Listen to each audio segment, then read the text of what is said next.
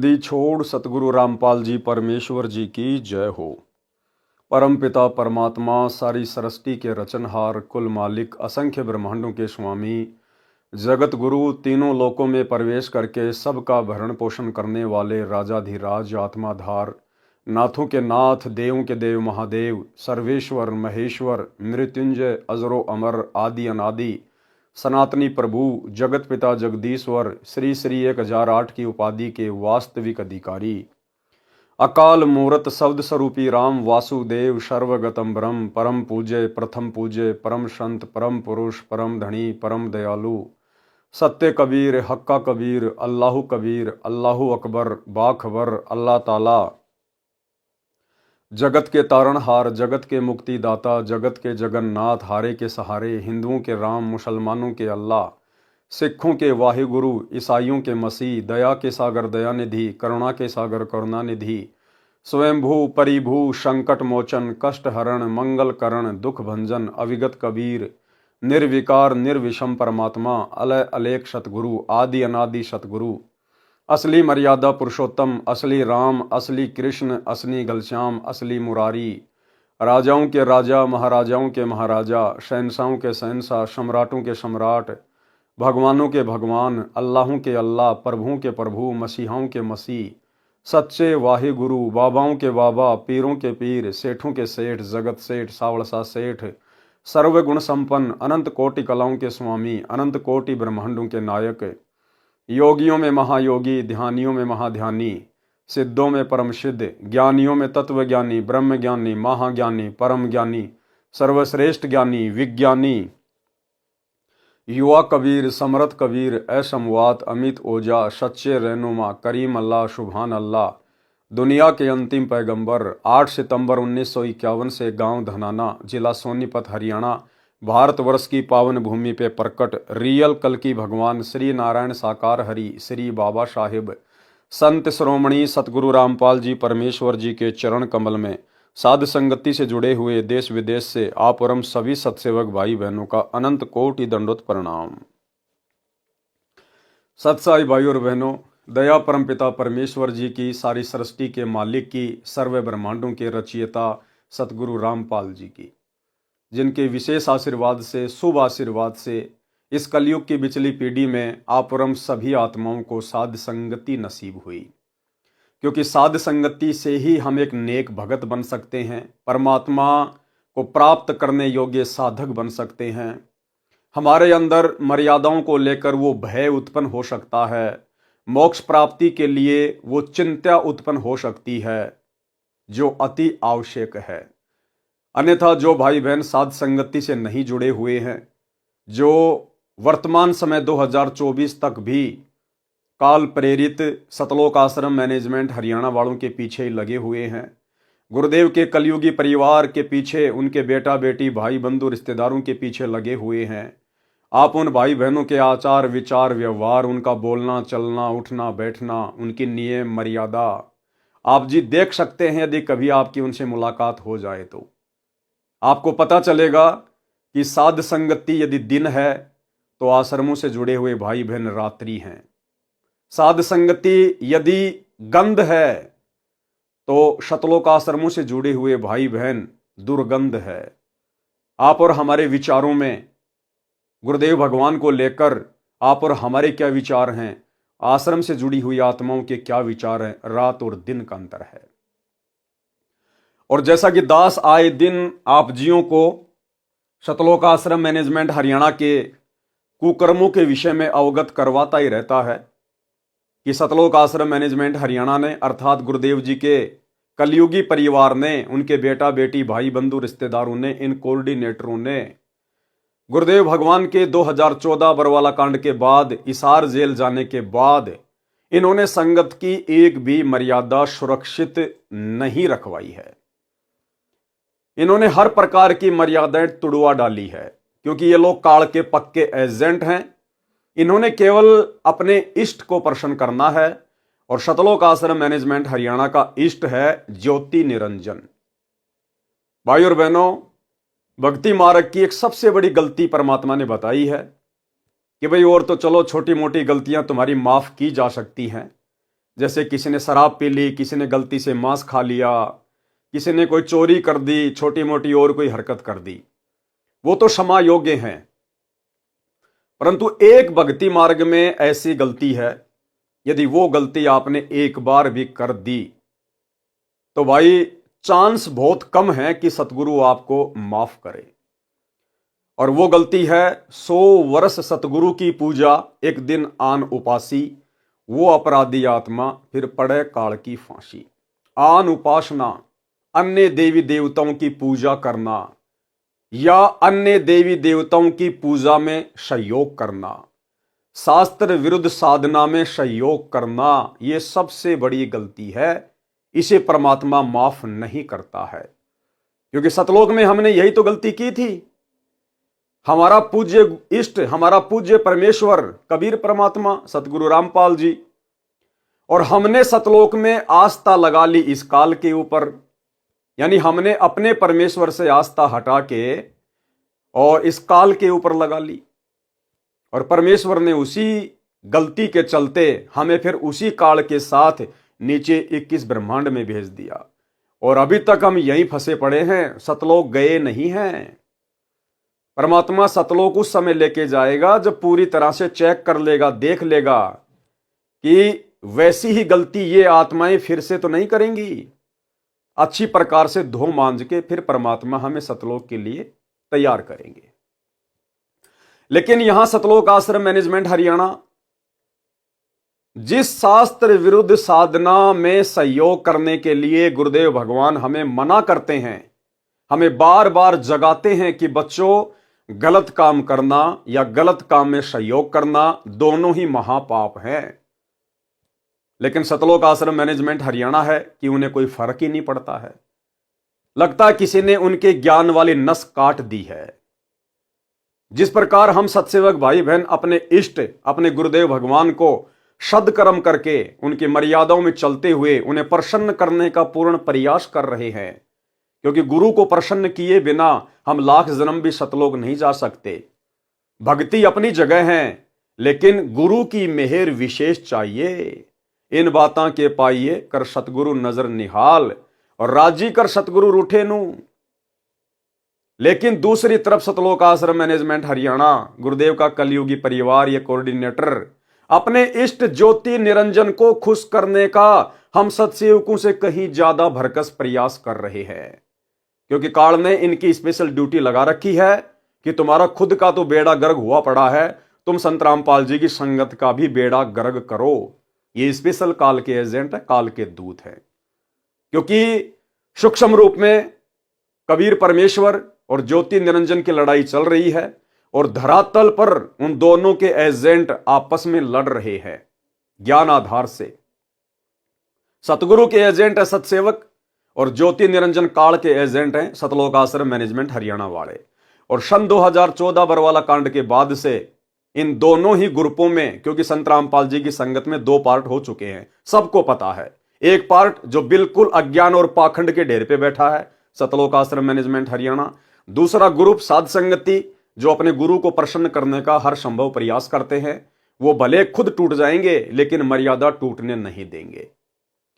तो भाई और बहनों, 2025 शुरू हो चुकी है, और सतलोक आश्रम मैनेजमेंट हरियाणा के घटिया कुक्रम रुकने का नाम नहीं ले रहे हैं। अभी कुछ ही दिन पहले सतगुरु रामपाल जी के बड़े लड़के ने समाज के साथ में, विशेषकर जाट समाज के साथ में, क्योंकि सतगुरु रामपाल जी के बेटे की जाति है जाट जाति, उसकी जीव जाति नहीं है, उसकी जाट जाति है। और उसका कोई भगत समाज नहीं है, उसका जाट समाज है।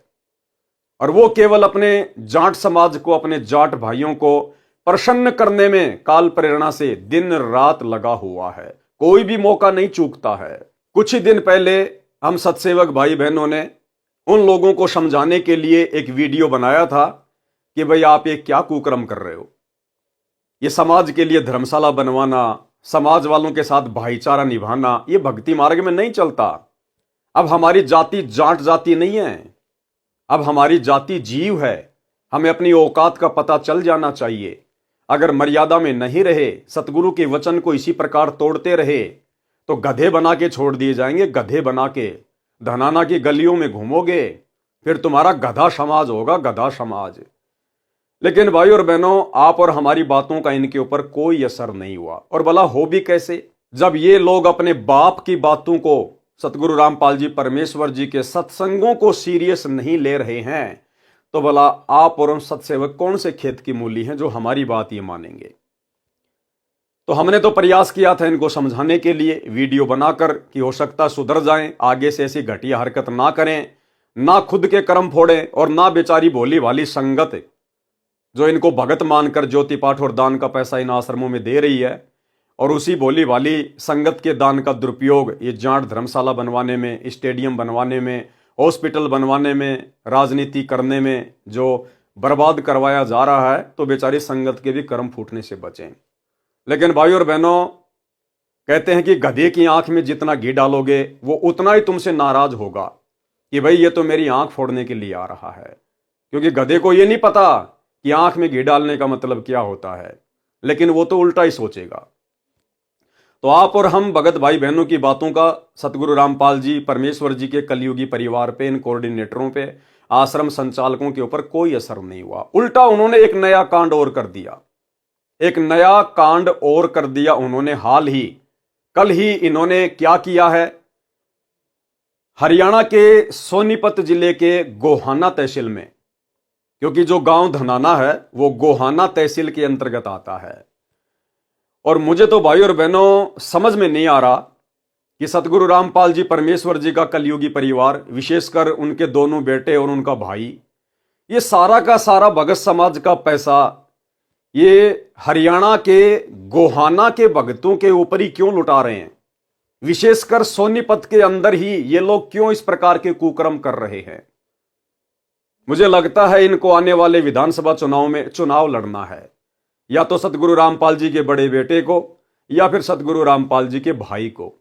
तो पहले से ये लोग अपना वोट बैंक तैयार करने में लगे हुए हैं, लोगों को प्रसन्न करने में लगे हुए हैं, ताकि हमें वोट मिल जाए और हम छोटे मोटे कोई विधायक बन जाएं। अन्यथा क्यों फिर ये इस प्रकार की मर्यादा तोड़ेंगे। ये कुकर्म, ये घटिया और नीच कर्म, शास्त्र विरुद्ध कर्म सतगुरु रामपाल जी परमेश्वर जी ने तो अपने भक्ति इतिहास में 30 वर्ष हो चुके हैं कभी भी नहीं किया।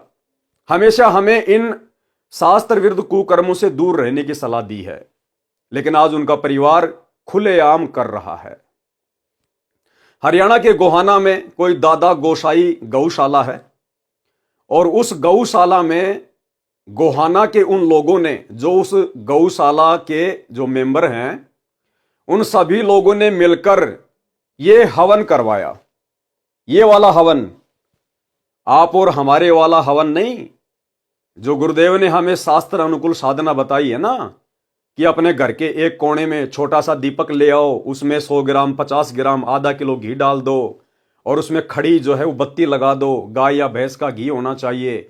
वो हो गया हमारा हवन, जो कि शास्त्र अनुकूल है। लेकिन ये दादा गोसाई गौशाला में, गोहाना में, इन लोगों ने एक हवन यज्ञ का आयोजन किया। ये हवन यज्ञ महर्षि दयानंद सरस्वती वाला हवन यज्ञ, बड़ा सा गड्ढा खोद के उसमें लकड़ियां डाल के और घी के लोटे भर भर के डालो, स्वाहा स्वाहा, दुनिया भर का प्रदूषण, दुनिया भर के जीव उसमें मर जाते हैं, और शास्त्र विरुद्ध कर्म। तो गोहाना में वो दादा गोसाई गौशाला वाले मेंबर वो मिलके अपना हवन यज्ञ कर रहे थे। हो सकता है वो सालाना इस प्रकार का यज्ञ उस गौशाला में करवाते हैं, इस मकसद से कि लोग इस अनुष्ठान के बहाने आएंगे और यहां पर कुछ दान धर्म करके जाएंगे। उस गौशाला के पीछे उन लोगों का भी जो है वो परिवार चलता है, और थोड़ी बहुत वहां पर गायों की सेवा भी हो जाती है। तो वो लोग तो स्वाभाविक है, दुनिया भर की गौशाला हैं, दुनिया भर के लोग हैं, वो अपना शास्त्र विरुद्ध अनुष्ठान करवाते ही रहते हैं। तो गौशाला के लोग अपना शास्त्र विरुद्ध अनुष्ठान करवा रहे थे। ये 12 जनवरी 2025 की बात है। ये शास्त्र विरुद्ध हवन वहां पर हो रहा था।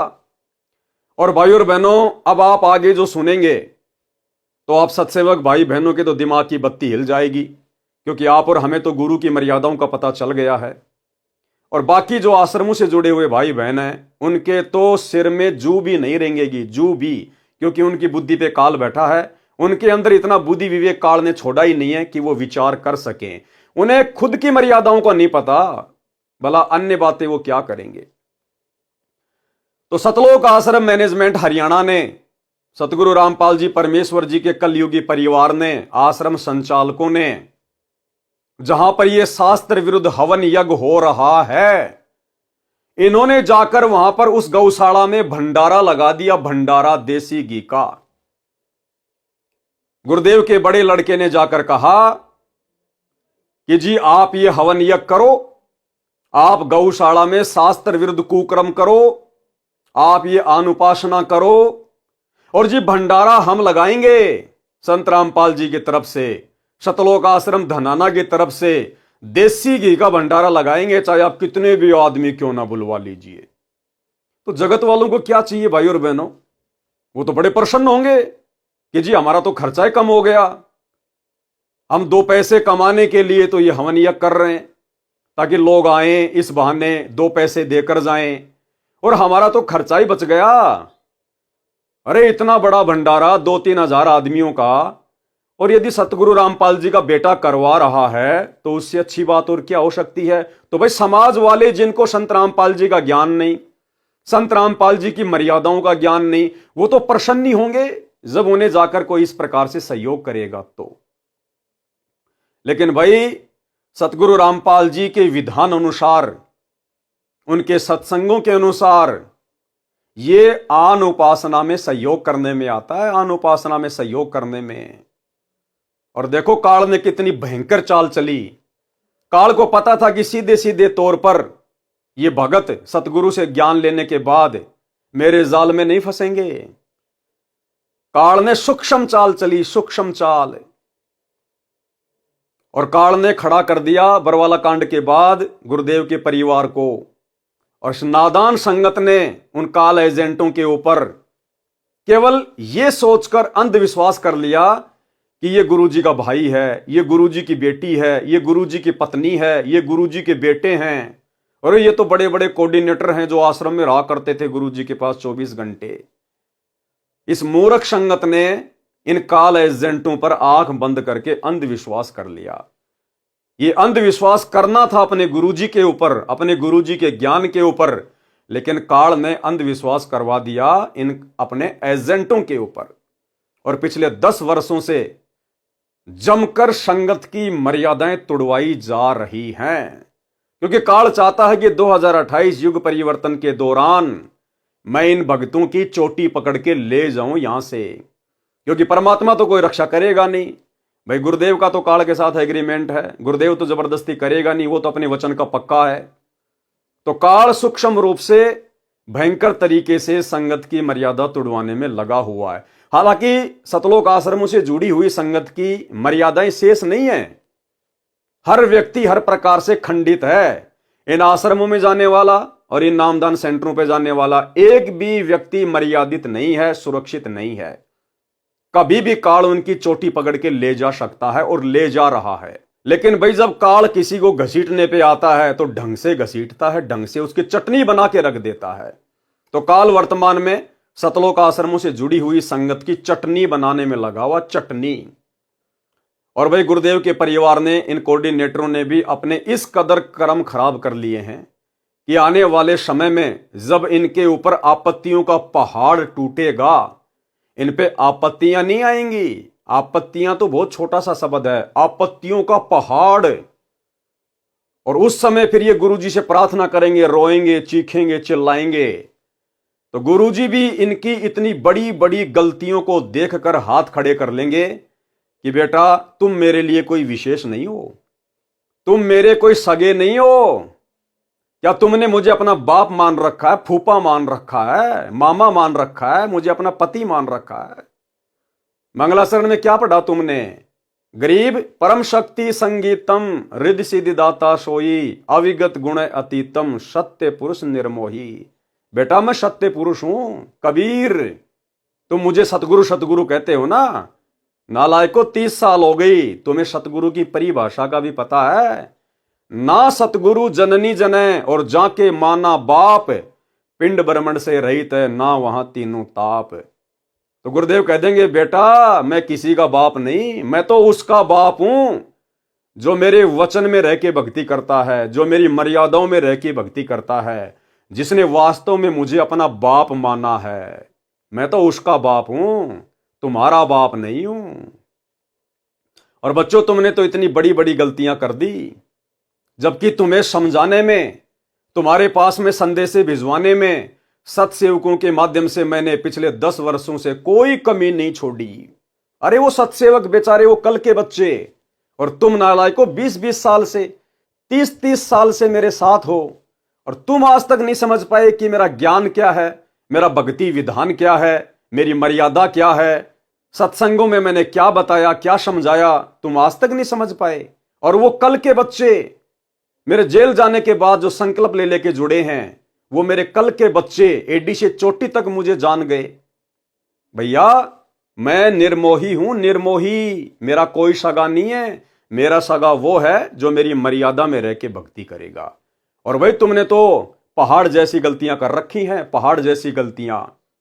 मैं भला अब तुम्हारी मदद कैसे कर सकता हूं? हाँ, यदि तुम्हारा कोई प्रारब्ध का, यदि कोई पुण्य शेष है, कोई दान धर्म का कोई अंश शेष है, तो भैया तुम्हारी सुरक्षा हो सकती है, अन्यथा मेरी तरफ से किसी प्रकार की कोई सुरक्षा की उम्मीद मत करना। तो भाई और बहनों, अब आपको दिखाता हूं ये गोहाना की गौशाला, जिसमें ये आनुपासी लोग, शास्त्र विरुद्ध साधना करने वाले लोग, जो गौशाला खोल के बैठे हैं, आम जगत के लोग, इन्होंने अपना वार्षिक अनुष्ठान किया, ये हवन यज्ञ करवाया, और उस हवन यज्ञ में जबरदस्ती एंट्री कार्ड ने करवा दी सतलोक आश्रम मैनेजमेंट हरियाणा की कि जी भंडारा हम करवाएंगे। तो अब आपको दिखाते हैं सतलोक आश्रम मैनेजमेंट हरियाणा का भंडारा। और थोड़े दिन पहले ये लोग जो प्रचार कर रहे थे ना, ये सा न्यूज चैनल हरियाणा, सा न्यूज चैनल हरियाणा, यही सब खबरें डालने के लिए इन्होंने भक्तों की ड्यूटी लगाई थी, गांव गांव गली गली कि लोगों के मोबाइल हाथ में ले लेके चैनल को सब्सक्राइब करवाओ। ये न्यूज दिखाने के लिए, इस पाखंड को, जिस पाखंड को समाप्त करने के लिए सतगुरु रामपाल जी सतलोक से चल के आए हैं, जिस शास्त्र विरुद्ध हवन को, पाखंड को समाप्त करने के लिए सतगुरु रामपाल जी ने दुनिया से पंगा लिया, ये महर्षि दयानंद के द्वारा शुरू किया गया पाखंड है, जिसके कारण 21 महीने गुरुदेव रोहतक की जेल में रहे, आज 10 साल से हिसार की जेल में बैठे हैं। इसी आन उपासना के अंतर्गत शास्त्र विरुद्ध साधना के तहत किया जाने वाला यह यज्ञ हवन जो गोहाना की उस गौशाला में किया जा रहा है, और उसमें सहयोग करने के लिए पहुंच गया सतलोक आश्रम मैनेजमेंट हरियाणा। तो सोचिए भाई और बहनों, ये सतगुरु के एजेंट हैं या काल के एजेंट हैं? अरे वो जगत वाले अपना अनुष्ठान कर रहे हैं, हमें क्या आपत्ति है, क्या ऑब्जेक्शन है? नालायकों, तुम क्यों जबरदस्ती वहां पे एंट्री लेने चले गए? अरे हमारा क्या लेना देना? जहां पर इस प्रकार के शास्त्र विरुद्ध धार्मिक अनुष्ठान होते हैं, हमने तो उसके आसपास से भी गुजरने में डर लगना चाहिए, आसपास से गुजरने में भी। और जबरदस्ती तुम लोग वहां जाकर भंडारा कर रहे हो। और भाई और बहनों, इनको कोई न्योता नहीं देता है कि जी हम यहां पर ये प्रोग्राम कर रहे हैं, आप भंडारा कीजिएगा। नहीं, ये लोग जबरदस्ती जाते हैं समाज में अपना भाईचारा बढ़ाने के लिए, अपनी जो है वो प्रभुता दिखाने के लिए, क्योंकि अवश्य गुरुदेव के परिवार को चुनाव लड़ना है, गुरुदेव के लड़कों को अवश्य दोनों में से एक को आने वाले समय में सोनीपत से विधानसभा का चुनाव लड़ना है।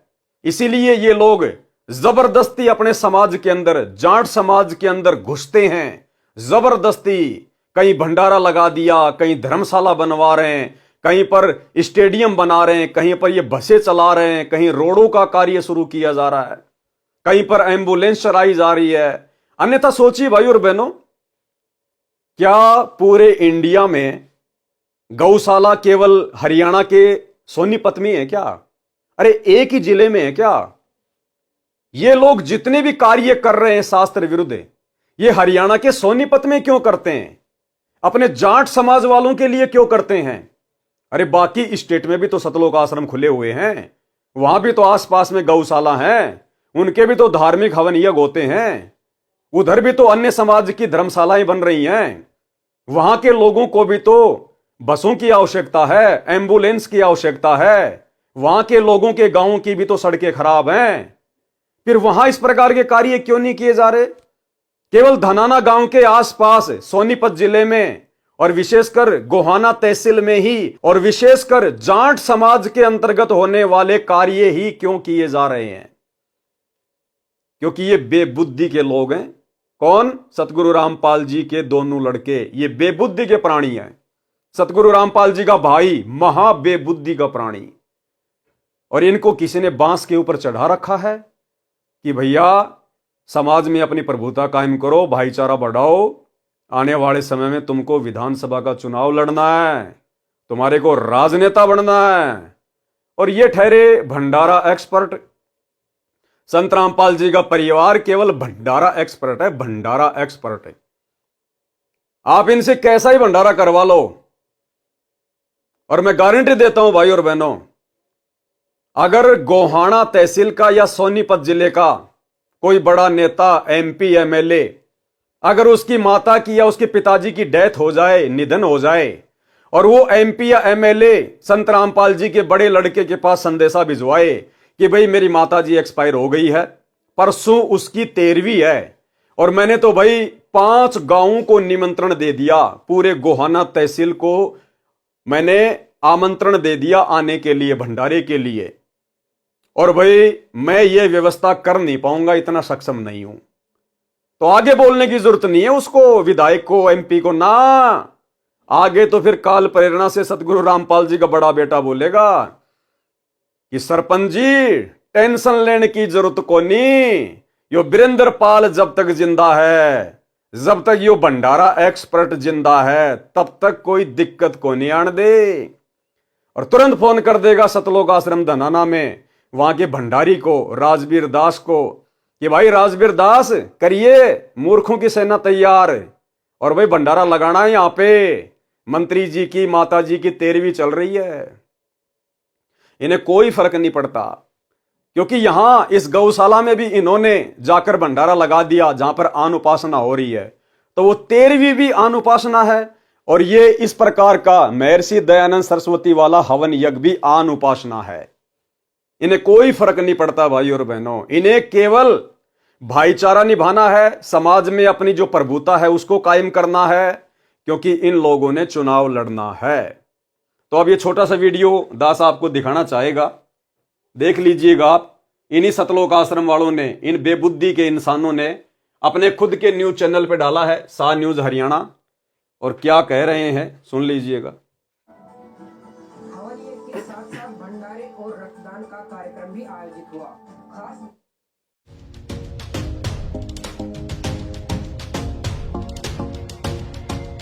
बीते रविवार 12 जनवरी को सोनीपत के गोहाना के ओल्हाना गांव में स्थित दादा गोसाई गौशाला में हवन यज्ञ का कार्यक्रम किया गया। हवन यज्ञ के साथ साथ भंडारे और रक्तदान का कार्यक्रम भी आयोजित हुआ।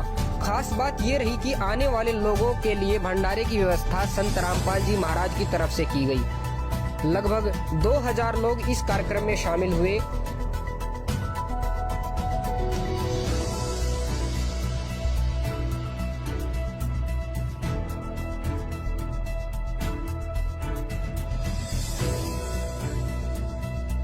इस भंडारे में लोग इस कदर मुरीद हुए कि भंडारे की जमकर तारीफ की। यहाँ पे तो ये भंडारा वगैरह यहाँ पे जो व्यवस्था करवाई गई है, तो आपको कैसा लगा भंडारा? बहुत बढ़िया भाई, इस तो बढ़िया है ही नहीं, कुछ भंडारा तो बढ़िया। और यहाँ पे जो भंडारे की व्यवस्था करवाने समय जो साफ सफाई स्वच्छता के यहाँ पे पूरा ध्यान रखा गया। अब ये जगत वालों से इंटरव्यू ले रहे हैं सतलोक आश्रम मैनेजमेंट हरियाणा वाले कि यहाँ पर दादा गोसाई धर्मशाला में जो भंडारा लगाया गया है, आपको भंडारा कैसा लगा? तो जगत वाले भैया जो बेचारे डालडा का भंडारा खाते हैं, कहीं भी जाते हैं डालडा के उनको लड्डू मिलते हैं, डालडा का चूरमा मिलता है, तो जब उनको देसी घी का खाना मिलेगा तो वो तो बड़ाई करेंगे करेंगे।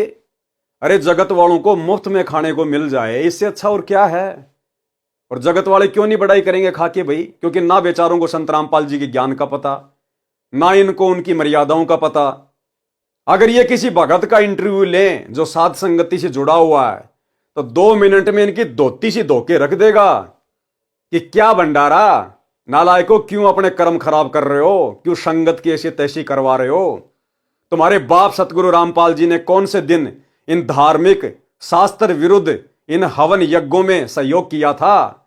अरे 30 साल हो गई, क्या संत रामपाल जी के समय ये शास्त्र विरुद्ध धार्मिक अनुष्ठान नहीं होते थे क्या कभी संत रामपाल जी ने कभी भंडारा लगाया क्या। शतलोक आश्रम बरवाला के या करोथा के अलावा कभी सतगुरु रामपाल जी ने इस प्रकार जगत वालों के लिए आन उपासना में सहयोग करते हुए भंडारा लगाया क्या। क्यों अपने कर्म फोड़ रहे हो, भक्ति कर लो बैठ के। ये काल तुम्हारे सिर पर खड़ा होके नंगा नाच रहा है, आने वाले समय में तुम्हारी दुर्गति करवाएगा। लेकिन ये बेचारे इन लोगों के इंटरव्यू लेते हैं जो उस भंडारे में खाना खाते हैं। अब देसी घी का भंडारा खा के आदमी बुराई थोड़ी करेगा। और वैसे भी ये जगत वाले बेचारे, इनको क्या पता संत रामपाल जी का क्या नियम है, क्या मर्यादा है। तो ये इनके इंटरव्यू ले रहे हैं और फिर अपनी जो है वो प्रभुता के लिए फिर अपने न्यूज चैनल पे डालते हैं। इनको इतनी भी शर्म नहीं है कि नालायकों, जब भगत समाज इन वीडियो को देखेगा तो सारे तो तुम्हारी तरह काल प्रेरित नहीं है, सारे तो तुम्हारी तरह कोई बेबुद्धि वाले नहीं है। इन आश्रमों में भी बहुत अच्छी अच्छी आत्माएं फंसी हुई हैं। कोई तो विचार करेगा। तो ये बुद्धि भी भाई और बहनों परमात्मा ने इनकी ऑफ कर रखी है कि ये नालायक तो संभलने वाले नहीं है, सुधरने वाले नहीं है। मेरे बेटा बेटी भाई बंधु रिश्तेदार कोऑर्डिनेटर, ये तो सुधरने वाले नहीं है। इनको तो अगले जन्म में गधा बनना ही बनना है। इन्होंने तो भयंकर अपने कर्म फोड़ लिए। लेकिन इन लोगों के द्वारा काल जो कुकर्म करवा रहा है, कम से कम इन वीडियो को देखकर उन आश्रमों में जाने वाली संगत में से कुछ भाई बहन तो समझेंगे। वो तो इन लोगों को ज्योति पाठ और दान का पैसा देके इन मर्यादा विहीन लोगों के संचालन में इन आश्रमों में जा जाके अपने कर्म फोड़ने से बचेंगे।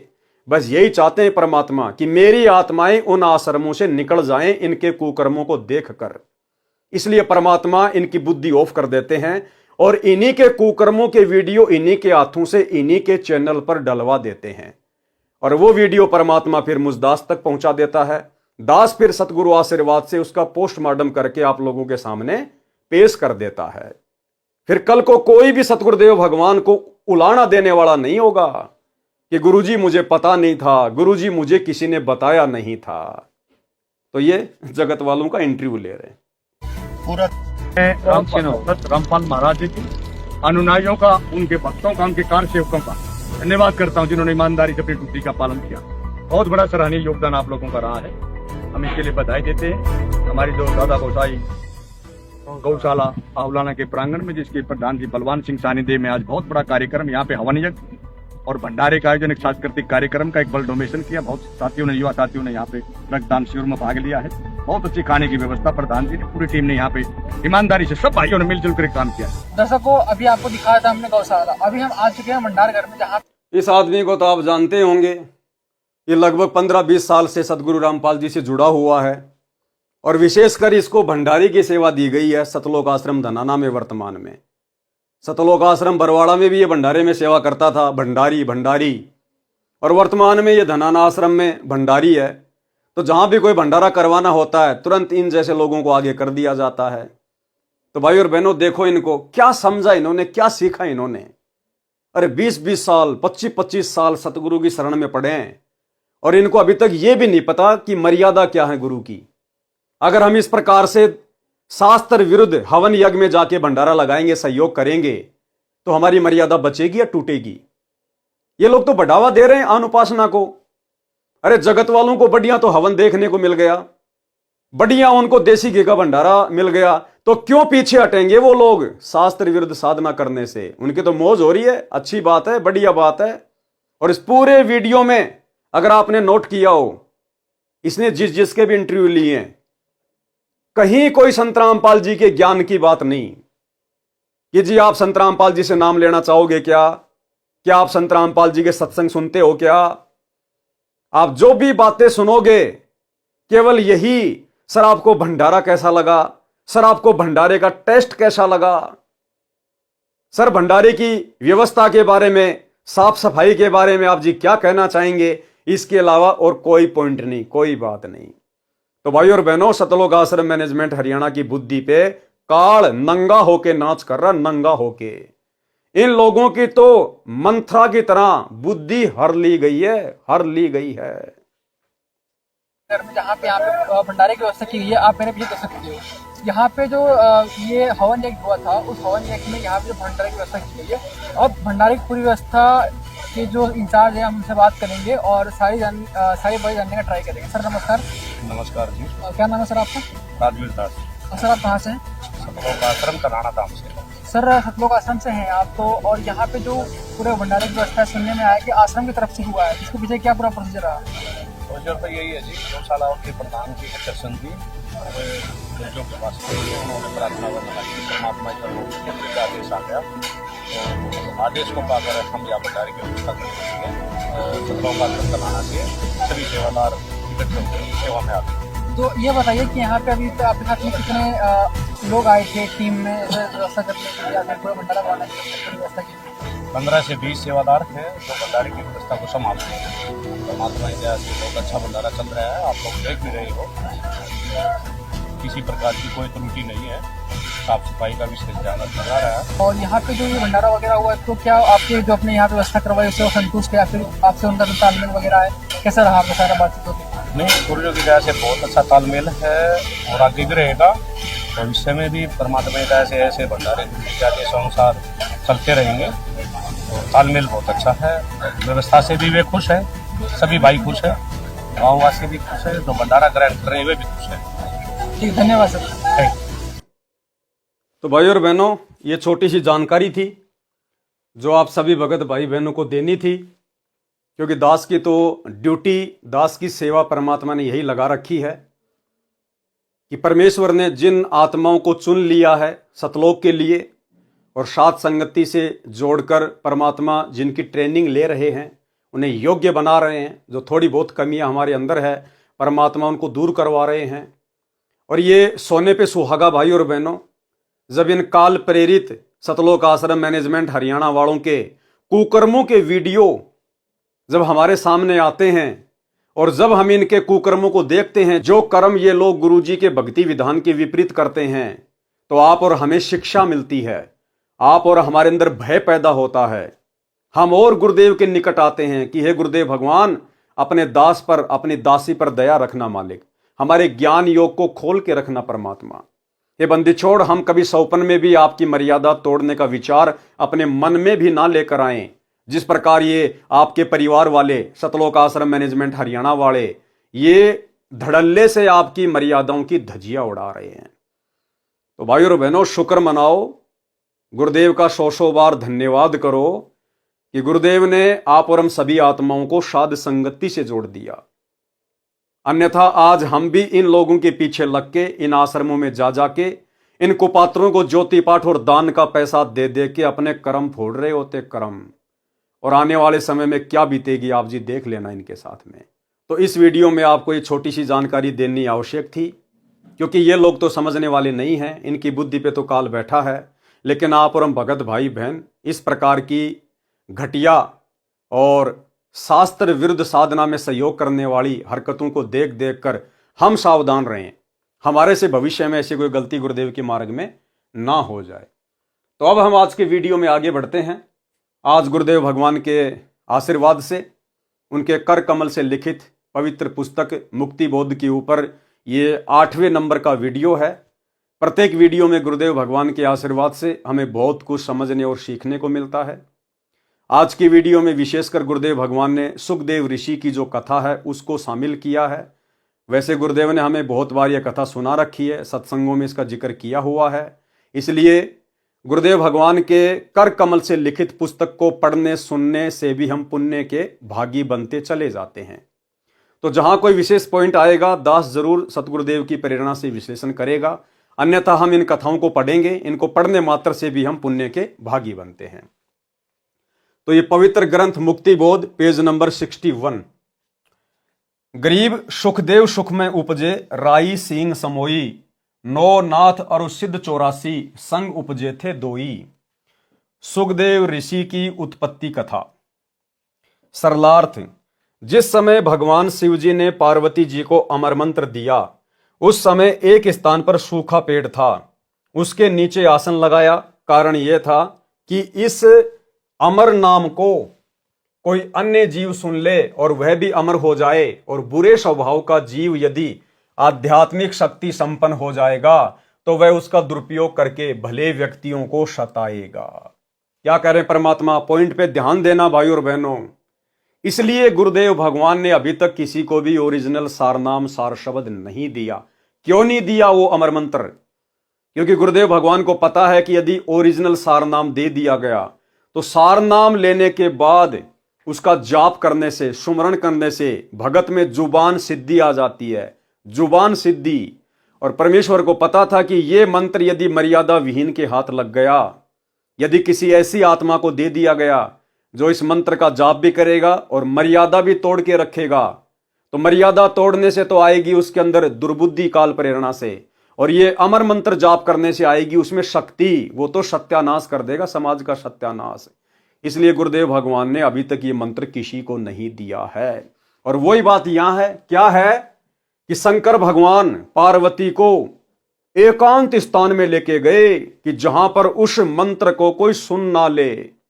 कौन सा मंत्र? वो सोहम मंत्र, प्रथम मंत्र जो आज हमें गुरुदेव ने 7 मंत्र दिए हैं, उसके बीच बीच के 5 मंत्र देवी देवताओं के, वो 5 मंत्र भी सुनाने के लिए शंकर जी अपनी पत्नी पार्वती को एकांत स्थान पर लेके गए ताकि कोई व्यक्ति इनको सुन ना ले। यदि किसी ऐसे वैसे अनधिकारी व्यक्ति ने यह मंत्र सुन लिए तो उसके अंदर शक्ति आ जाएगी, शक्ति, और फिर वो समाज के लिए घातक सिद्ध हो सकता है। तो भला सतगुरु रामपाल जी परमेश्वर मंत्रों के बाप अमर मंत्र को, सार नाम को, भला ऐसे किसी को कैसे दे देंगे? सतगुरु रामपाल जी तो अंतर्यामी हैं, उन्हें तो आगे पीछे सब कुछ पता है कि कौन मर्यादा में है, कौन आगे चल के मर्यादा तोड़ेगा, कौन जाके काल की गोद में बैठेगा, कौन अधिकारी है कौन नहीं है। तो गुरुदेव भगवान भला ऐसे कैसे किसी को सार नाम सार शब्द दे देंगे?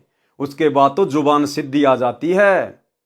और अगर इनको वो सार नाम अमर मंत्र दे दिया होता तो भाई और बहनों, गुरुदेव के जेल जाने के बाद सतलोक आश्रम मैनेजमेंट हरियाणा के गुरुदेव के परिवार के कुक्रम भी आपके सामने हैं।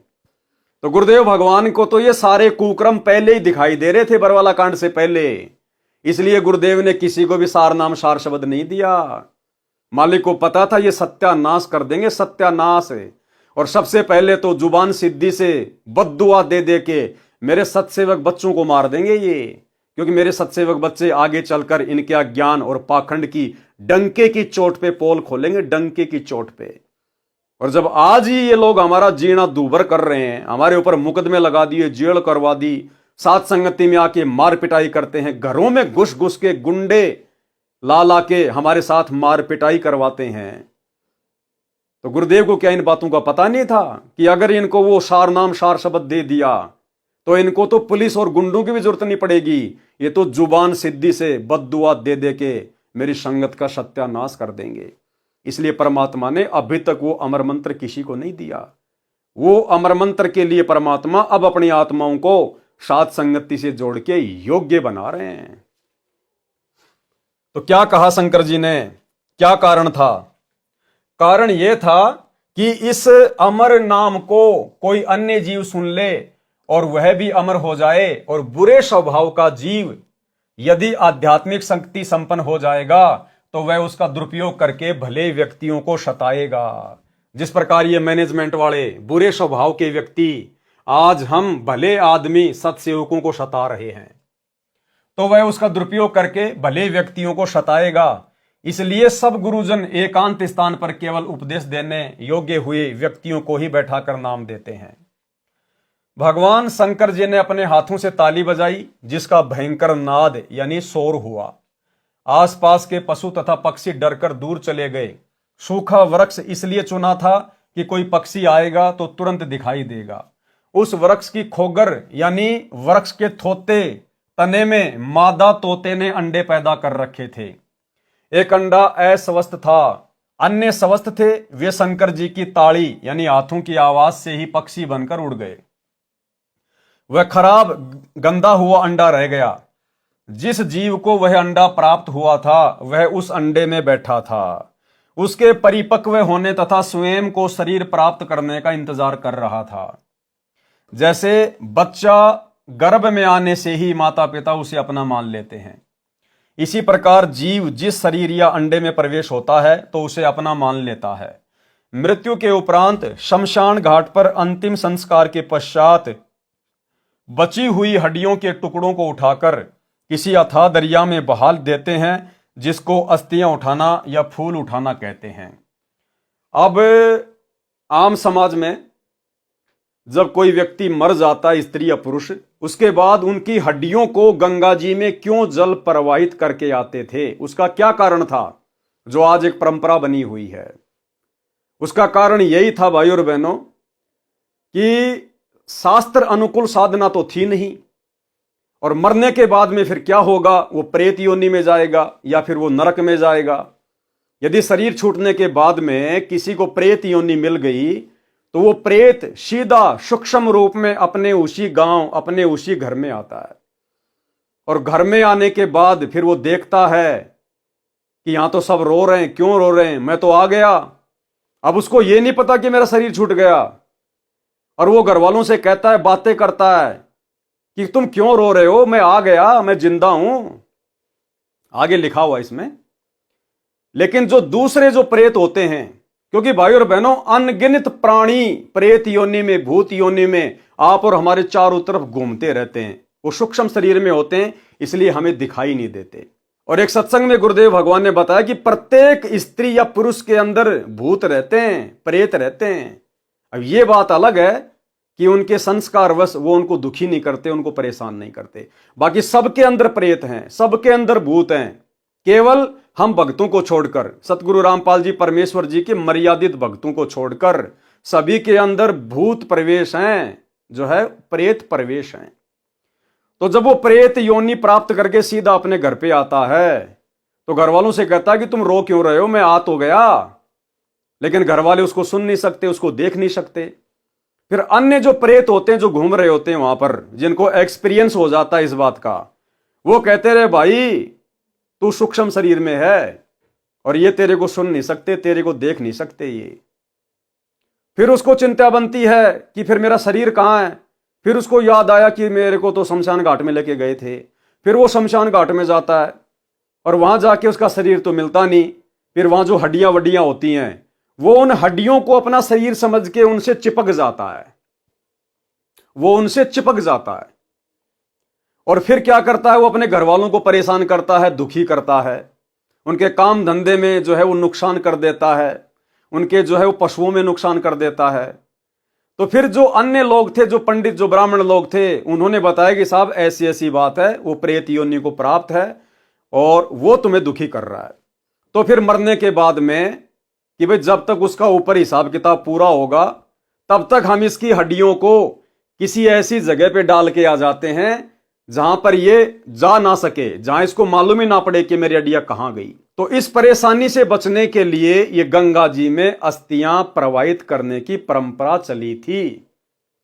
अब हम हो गए सतगुरु रामपाल जी के भगत, हमें मिल गई शास्त्र अनुकूल साधना, तो हम प्रेत बनेंगे नहीं। और जो हमारे परिवार के मेंबर हैं, जो रिश्तेदार हैं, जो सतगुरु रामपाल जी की भक्ति नहीं कर रहे, वो बनेंगे प्रेत। अगर वो प्रेत बनेंगे तो वो हमें किसी प्रकार का कोई नुकसान दे नहीं सकते, क्योंकि हम तो सतगुरु के शरण में हैं, हमारे ऊपर उनका कोई किसी प्रकार का प्रभाव नहीं होगा। तो ना तो हमने किसी भी उपदेशी भाई बहनों की अस्थियों को जलाने के बाद गंगा जी में डालना है, हमने छेड़ना ही नहीं, पड़ी रहो वहां पे, हमारे लिए कुछ नहीं है। ना हमने जमीन में दाबना, ना हमने कहीं उठा के फेंकना।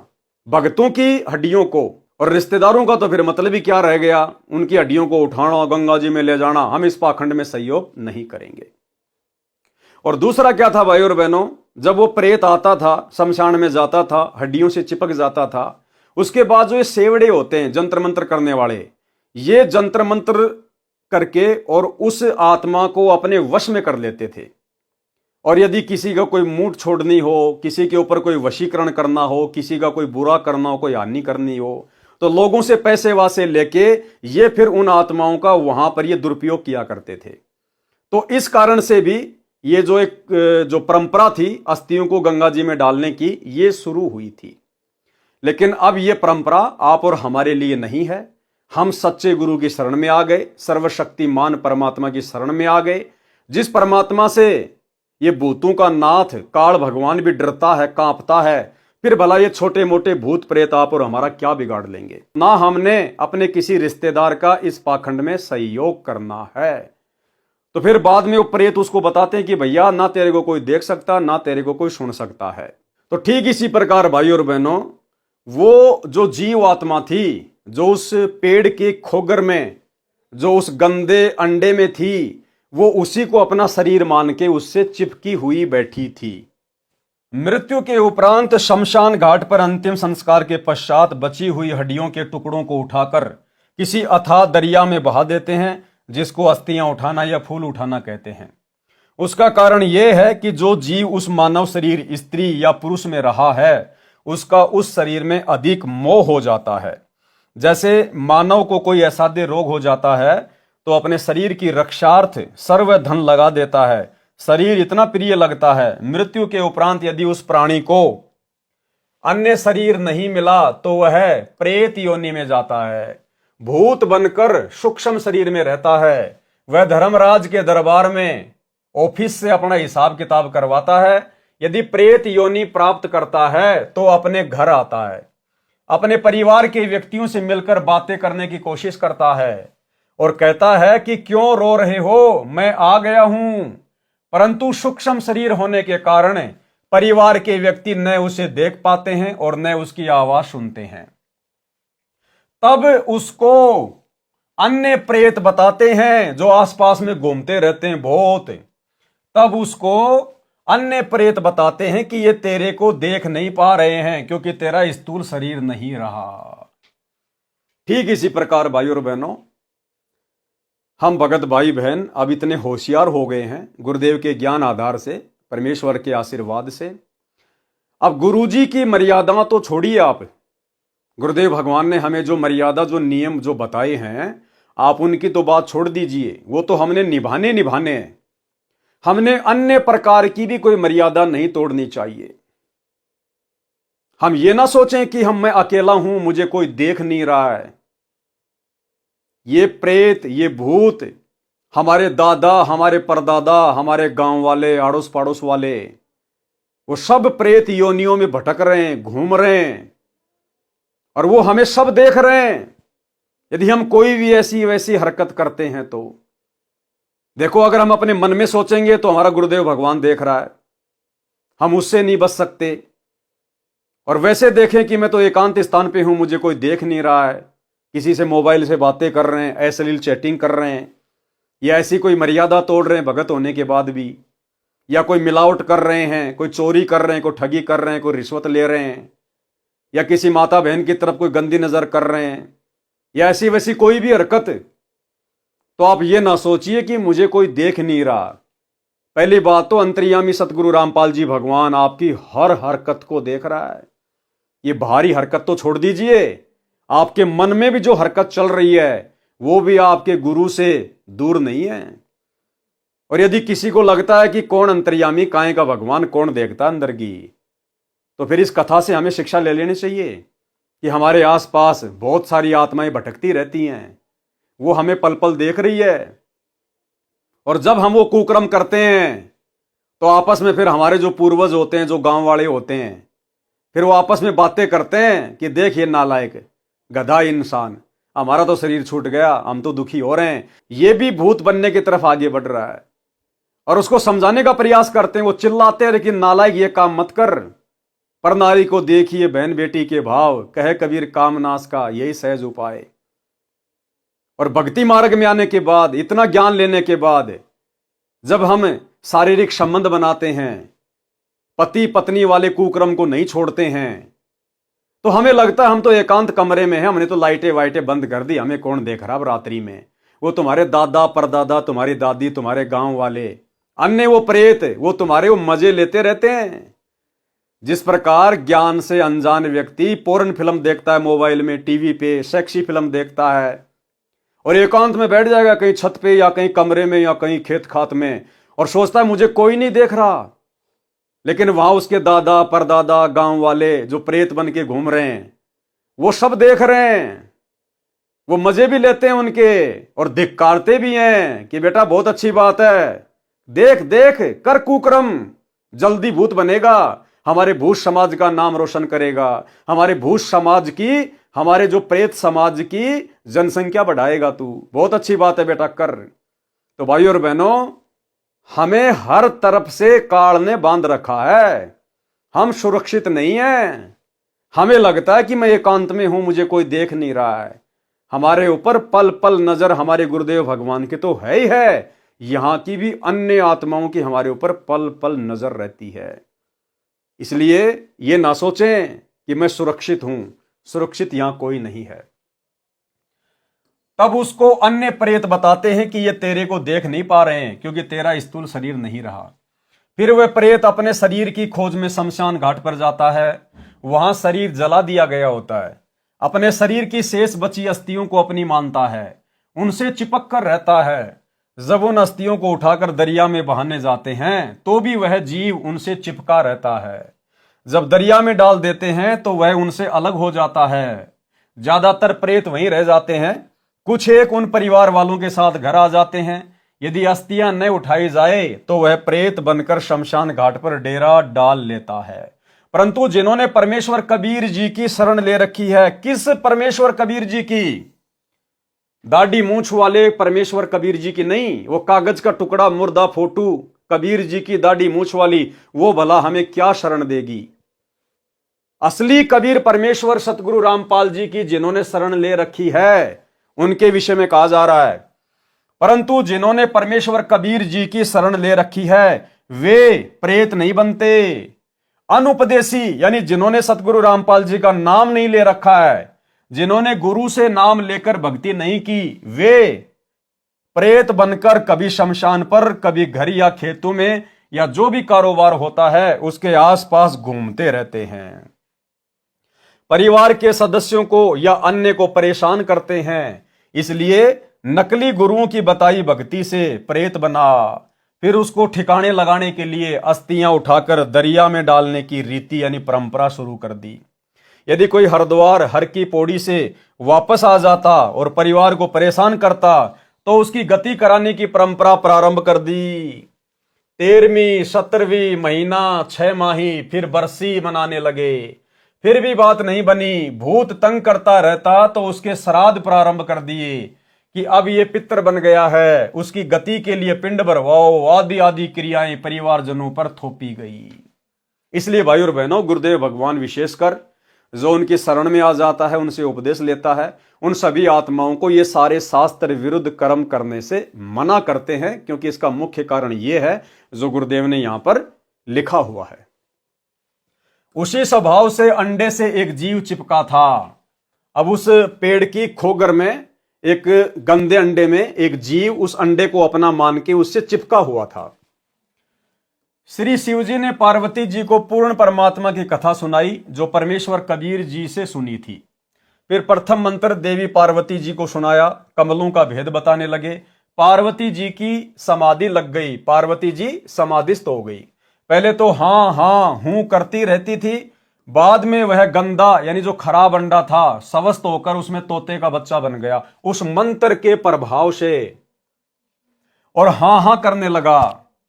आवाज में अंतर जानकर शिवजी ने पार्वती की ओर देखा तो वह तो समाधि में थी। अंतर्दृष्टि से देखा तो एक तोता सर्व ज्ञान सुन चुका था। शिवजी उस तोते को मारने के लिए उठे तो वह तोता उड़ चला। शिवजी भी आकाश मार्ग से उसका पीछा करने लगे।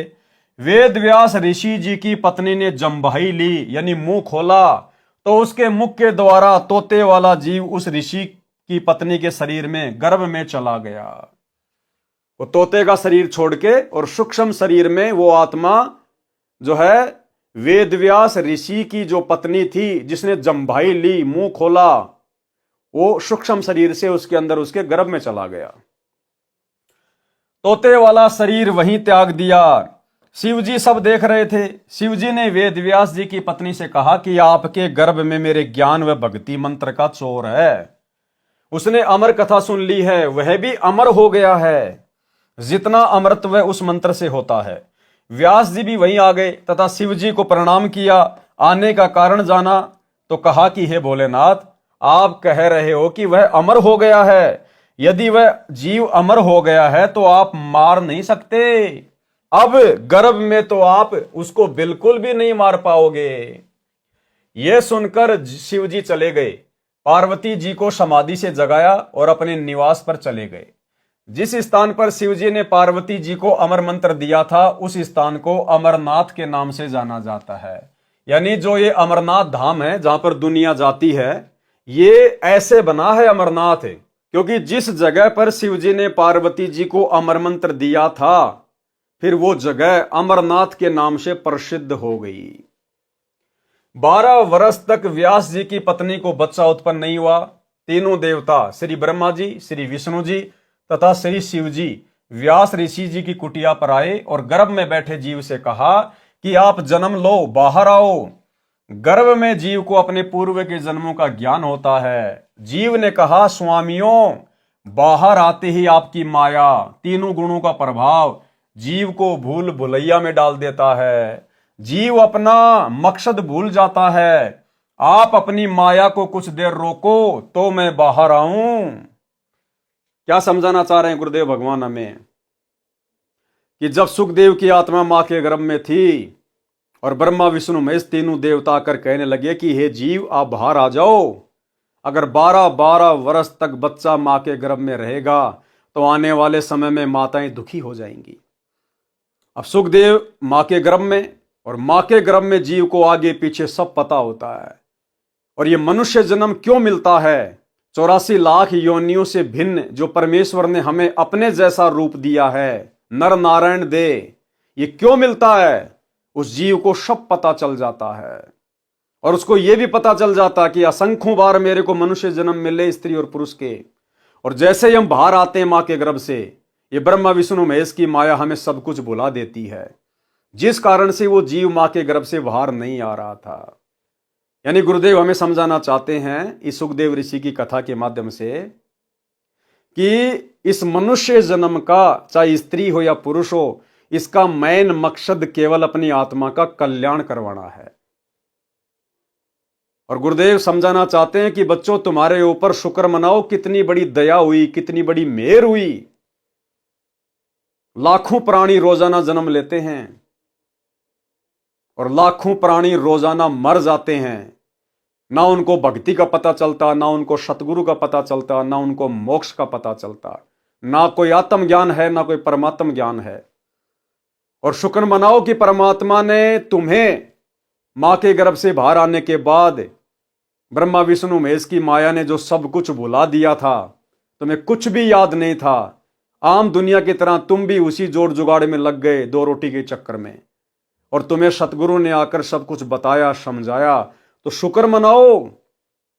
सुखदेव ऋषि को तो मां के गर्भ में भी सब कुछ पता था और मां के गर्भ से बाहर आने के बाद भी सब कुछ पता था। उसके बावजूद भी उसको सही रास्ता नहीं मिला, उसको सही भक्ति नहीं मिली, उसको तत्वदर्शी संत नहीं मिला और वापस काल के जाल में ही रहा।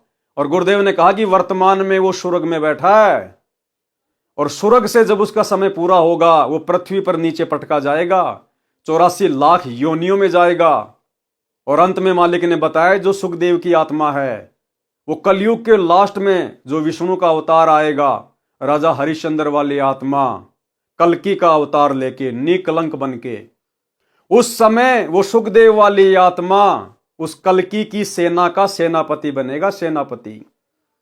सोचिए भाई और बहनों, जिसको सब कुछ पता था गर्भ से बाहर आने के बाद भी, जब ब्रह्मा विष्णु महेश ने राई भैंस के सींग पे जितने समय रुक सकती है, यानी रुक ही नहीं सकती, रखते नीचे गिरेगी राई, इतनी देर इन्होंने अपनी माया रोकी थी तीनों देवताओं ने। और भाई और बहनों, माया रोकने वाले ये नहीं है तीनों देवता ब्रह्मा विष्णु महेश। अब तो हमें पता चल गया, अरे मूसड़ तो दादा ही उठा सकता है, उस 2 साल के बच्चे के बस की बात नहीं है कि वो मूसड़ को उठा ले। मूसड़ दादा उठाता है, कौन रोक देगा ये माया? ये ब्रह्मा विष्णु महेश काल दुर्गा, ये तो नौकर है परमात्मा के, नौकरी कर रहे हैं यहां पर। एक जिम्मेदारी दे रखी है इनको परमात्मा ने, ये नौकर हैं, ये परमेश्वर की माया को नहीं रोक सकते। सतगुरु रामपाल जी परमेश्वर जी ने उस माया को रोका आप और हमारे लिए।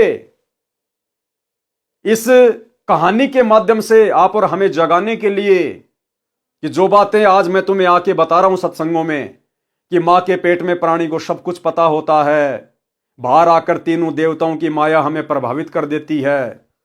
इन बातों को सुखदेव ऋषि के माध्यम से आप और हमारे तक पहुंचाने के लिए कि गुरुदेव भगवान हमें जो भक्ति का पाठ पढ़ा रहे हैं और जो जो बातें बता रहे हैं वो परम सत्य हैं। और क्या हमारा मकसद होना चाहिए, ये मनुष्य जन्म प्राप्त करके हम अपने मकसद की ओर आगे बढ़े। तो सारी की सारी दया ये गुरुदेव भगवान की, और सौभाग्य हमारा सुखदेव ऋषि को सब कुछ पता होने के बाद भी, गर्भ से बाहर आने के बाद भी उसको सब चेतना रही, और वो तो इतनी सिद्धि वाला था, उड़ के स्वर्ग में चला जाता था। फिर भी भाई और बहनों उसको भक्ति का वो मार्ग नहीं मिला, मोक्ष प्राप्ति का वो मार्ग नहीं मिला जो आप और हमें मिल गया। और वर्तमान कलयुग की पिछली पीढ़ी में भी उस आत्मा को वो भक्ति का मार्ग नहीं मिलेगा, क्योंकि वर्तमान में वो स्वर्ग में है, अभी उसकी कमाई शेष है। और स्वर्ग से आने के बाद फिर अपने वो कर्म फोड़ेगा कल्कि की सेना का सेनापति बन के। तो शुक्र मनाओ भाई और बहनों, आप और हमारे पर कितनी बड़ी रजा, कितनी बड़ी मेहर पूज्य गुरुदेव भगवान की। जीव ने कहा स्वामियों, बाहर आते ही आपकी माया, तीनों गुणों का प्रभाव जीव को भूल भुलैया में डाल देता है। जीव अपना उद्देश्य भूल जाता है। आप अपनी माया को कुछ देर रोको तो मैं बाहर आऊं। व्यास जी की पत्नी ने कहा कि मेरे गर्भ में लड़का है, मुझे किसी प्रकार का कष्ट नहीं है। इस लड़के ने सुख दिया है, इसका नाम सुखदेव रखूंगी। सुखदेव, उसका नाम सुखदेव क्यों रखा? व्यास जी की पत्नी ने कहा कि 12 साल से मेरे गर्भ में बच्चा है और मुझे पता ही नहीं, मुझे कोई दुख नहीं, इस बच्चे ने मुझे सुख दिया है, इसलिए इसका नाम रखूंगी सुखदेव। और दूसरा नाम था उसका सुखदेव, सुखदेव, सुख कहते हैं तोते को, क्योंकि वो तोते का शरीर छोड़ के फिर व्यास की पत्नी के गर्भ में एंटर हुआ था, इसलिए उसका दूसरा नाम है सुखदेव। सुख मानी तोता। इस लड़के ने मुझे सुख दिया है, इसका नाम सुखदेव रखूंगी। तीनों देवताओं ने उसको सुखदेव नाम दिया, क्योंकि वह सुख यानी तोते के शरीर में भक्ति शक्ति युक्त हुआ था। तीनों देवों ने कहा कि हे सुखदेव, हम अपनी गुण शक्ति को केवल इतनी देर तक रोक सकते हैं जितनी देर गाय या भैंस के सींग पर राई का दाना टिक सकता है। अब बताओ भाई और बहनों, ये तीनों गुणों की माया कितनी भयंकर है, आंधी की तरह चलती है। और कोई 6 महीने के बच्चे को यह कहे कि एरोप्लेन 40 की स्पीड पे दौड़ रही है और तू उसको एक क्षण के लिए रोक दे, जितना कि भैंस के सींग पे राई रखी जाए, वो बच्चा कभी सौपन में भी नहीं सो सकता। सौपन में भी कि 50 की स्पीड पर दौड़ रही एरोप्लेन को वो बच्चा रोक सकता है। तो भाई और बहनों, ये जो भी सारा का सारा जो विधान है, जो सिस्टम है, ये पूर्ण ब्रह्म परमेश्वर सारी सृष्टि के रचनहार सतगुरु रामपाल जी परमेश्वर जी ने चला रखा है। उनकी माया को वो ही रोक सकते हैं, वो ही चला सकते हैं। बाकी सब जीव हैं, निमित्त मात्र हैं, किसी की कोई औकात नहीं है। तो ये सारे खेल परमात्मा खेलते हैं। जितनी देर गाय या भैंस के सींग पर राई का दाना टिक सकता है, यानी रखते ही गिर जाता है। सुखदेव ने कहा कि ऐसा ही करो। तीनों देवों ने अपनी गुण शक्ति को एक क्षण यानी सेकंड के लिए रोका। सुखदेव गर्भ से बाहर आया, तीनों देव चले गए। उस समय में 93 यानी 93 अन्य बच्चों का जन्म हुआ। उन सबको तथा सुखदेव को अपने मकसद का ज्ञान रहा, यानी जो चेतना उनको मां के गर्भ में थी वो बाहर आने के बाद भी उनको चेतना रही कि मनुष्य जन्म क्यों मिलता है। और ये ब्रह्मा विष्णु महेश हमें यहां पर फंसा के रखते हैं। वे सब महान भगत संत सिद्ध बने, उनमें से 9 नाथ तो नाथ प्रसिद्ध हुए तथा 84 सिद्ध बने और एक सुखदेव ऋषि बना। सुखदेव के गर्भ से बाहर आते ही 12 वर्ष का शरीर बन गया। वह उठकर अपनी ओरनाल को, जो नली माता जी की नाभि से, बच्चे की नाभि से जुड़ी होती है, उसके माध्यम से माता के शरीर से बच्चे की परवरिश होती है। उसकी लंबाई लगभग 1.5 फुट तक होती है। अपने कंधे पर डालकर चल पड़ा, यानी सुखदेव ऋषि सूक्ष्म रूप में मां के गर्भ से बाहर आया सूक्ष्म रूप में, योनि द्वार से नहीं आया, सूक्ष्म रूप से बाहर आया। और बाहर आते ही उसने अपना 12 साल के बच्चे का शरीर धारण कर लिया, क्योंकि उसमें सिद्धि आ गई थी वो अमर मंत्र सुनने से। ये विचार किया कि कहीं दूर जाकर काट फेंकूंगा। कारण यह था कि सुखदेव जी नहीं चाहते थे कि मेरा परिवार में मोह बढ़े और मैं भक्ति नहीं कर पाऊंगा। दूसरी ओर व्यास ऋषि ने कहा कि बेटा, हमने तेरे उत्पन्न होने की 12 वर्ष प्रतीक्षा की है, आप जाने की तैयारी कर रहे हो। हमने बेटे का क्या सुख देखा, आप घर त्याग कर ना जाओ। सुखदेव ने कहा, ऋषि जी, आप वेद शास्त्रों के ज्ञाता विद्वान होकर भी मोह के दलदल में फंसे हो, मुझे भी फंसाने का प्रयत्न कर रहे हो। मेरे को अपने पूर्व जन्मों का ज्ञान है। क्या कहा सुखदेव ने कि मेरे को अपने पूर्व जन्मों का ज्ञान है। अनेकों बार आप मेरे पिता बने, अनेकों बार मैं आपका पिता बना, अनेकों बार हमने 84 लाख प्राणियों के शरीरों में कष्ट उठाए। अब की बार मुझे मेरे लक्ष्य का ज्ञान है, मैं भक्ति करके अपना जन्म सफल करूंगा। लेकिन भाई और बहनों, वो सुखदेव की आत्मा अभी तक अपना जन्म सफल नहीं कर पाई और ना इस कलयुग में वो कर पाएगी। तो आप और हमारा सौभाग्य देखिए, हमारी किस्मत कितनी जबरदस्त है। इसलिए गुरुदेव भगवान कहते हैं कि बच्चों, तुम सारी प्रोसीजर को पार करके आ चुके हो। कितनी बार तुम सुखदेव भी बन चुके हो। सृष्टि कोई आज से थोड़ी चल रही है, गिनती नहीं है इतने पदम युगों से। आज हम ये सारी प्रोसीजर पार कर चुके हैं।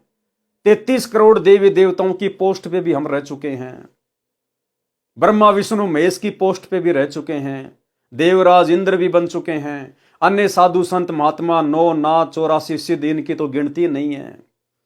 ये सारी प्रोसीजर पार करके आज हम फाइनल मोक्ष वाली स्टेज पे खड़े हैं, कलयुग की पिछली पीढ़ी में।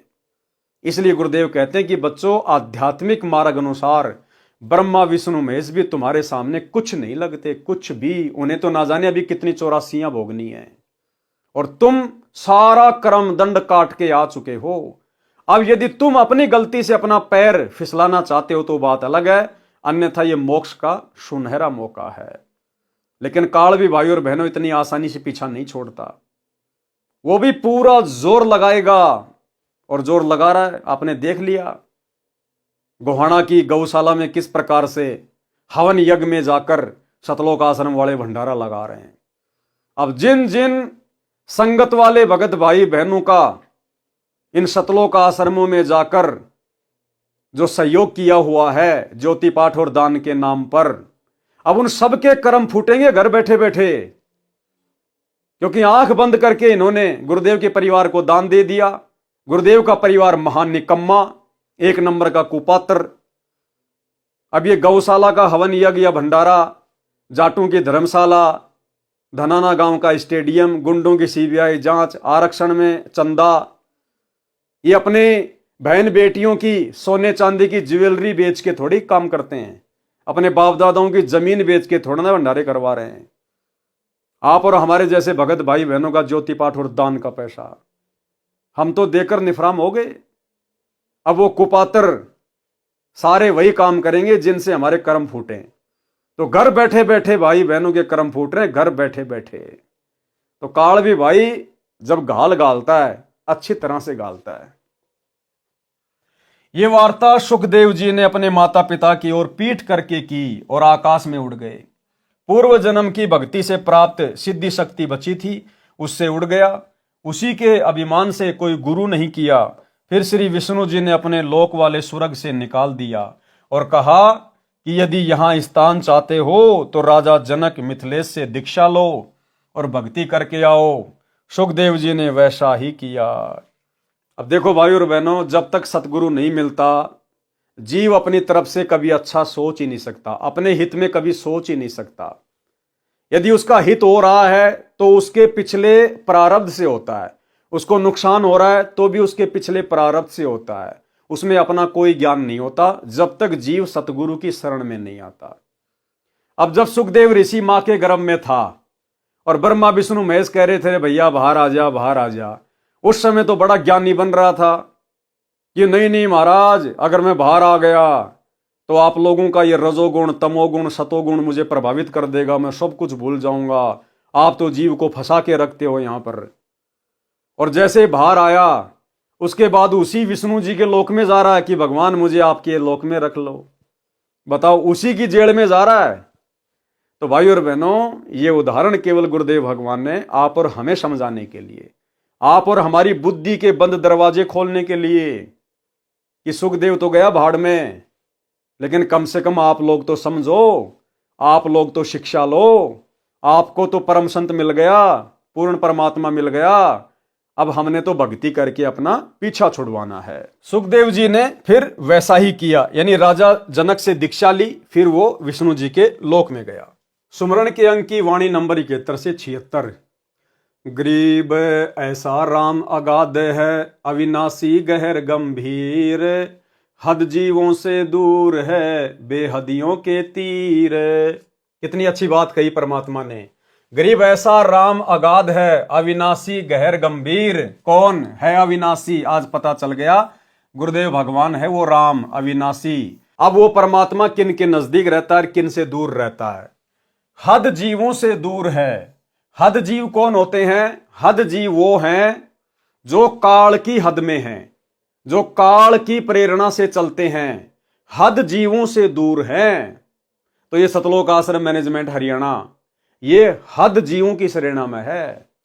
ये काल के एजेंट बने हुए हैं, ये काल के अनुसार चल रहे हैं, सतगुरु की शिक्षाओं पर नहीं चल रहे। अन्यथा ये जो शास्त्र विरुद्ध हवन यज्ञ किया जा रहा है गौशाला में, वहां जाकर भंडारा लगाने की क्या आवश्यकता थी? आन उपासना में सहयोग करने की क्या आवश्यकता थी? तो ये हद जीव हैं, ये काल की हद में हैं। तो वो अविनाशी परमात्मा सतगुरुदेव भगवान हद जीवों से दूर है और बेहदियों के तीर, और जो काल की हद से बाहर हो चुके हैं, जो सतगुरु की शरण में आ चुके हैं, मर्यादा में रह के भक्ति कर रहे हैं, वो उनके साथ में है। गरीब ऐसा राम अगाध है, अविनाशी गहर गंभीर, हद जीवों से दूर है, बेहदियों के तीर। गरीब ऐसा राम अगाध है, बेकीमत करतार, शेष सहस फुन रटत हैं, अजून पाया पार। गरीब ऐसा राम अगाध है, अपरंपार अथा, उर्मे कीर्तन ख्याल हैं, मोले अलख अला।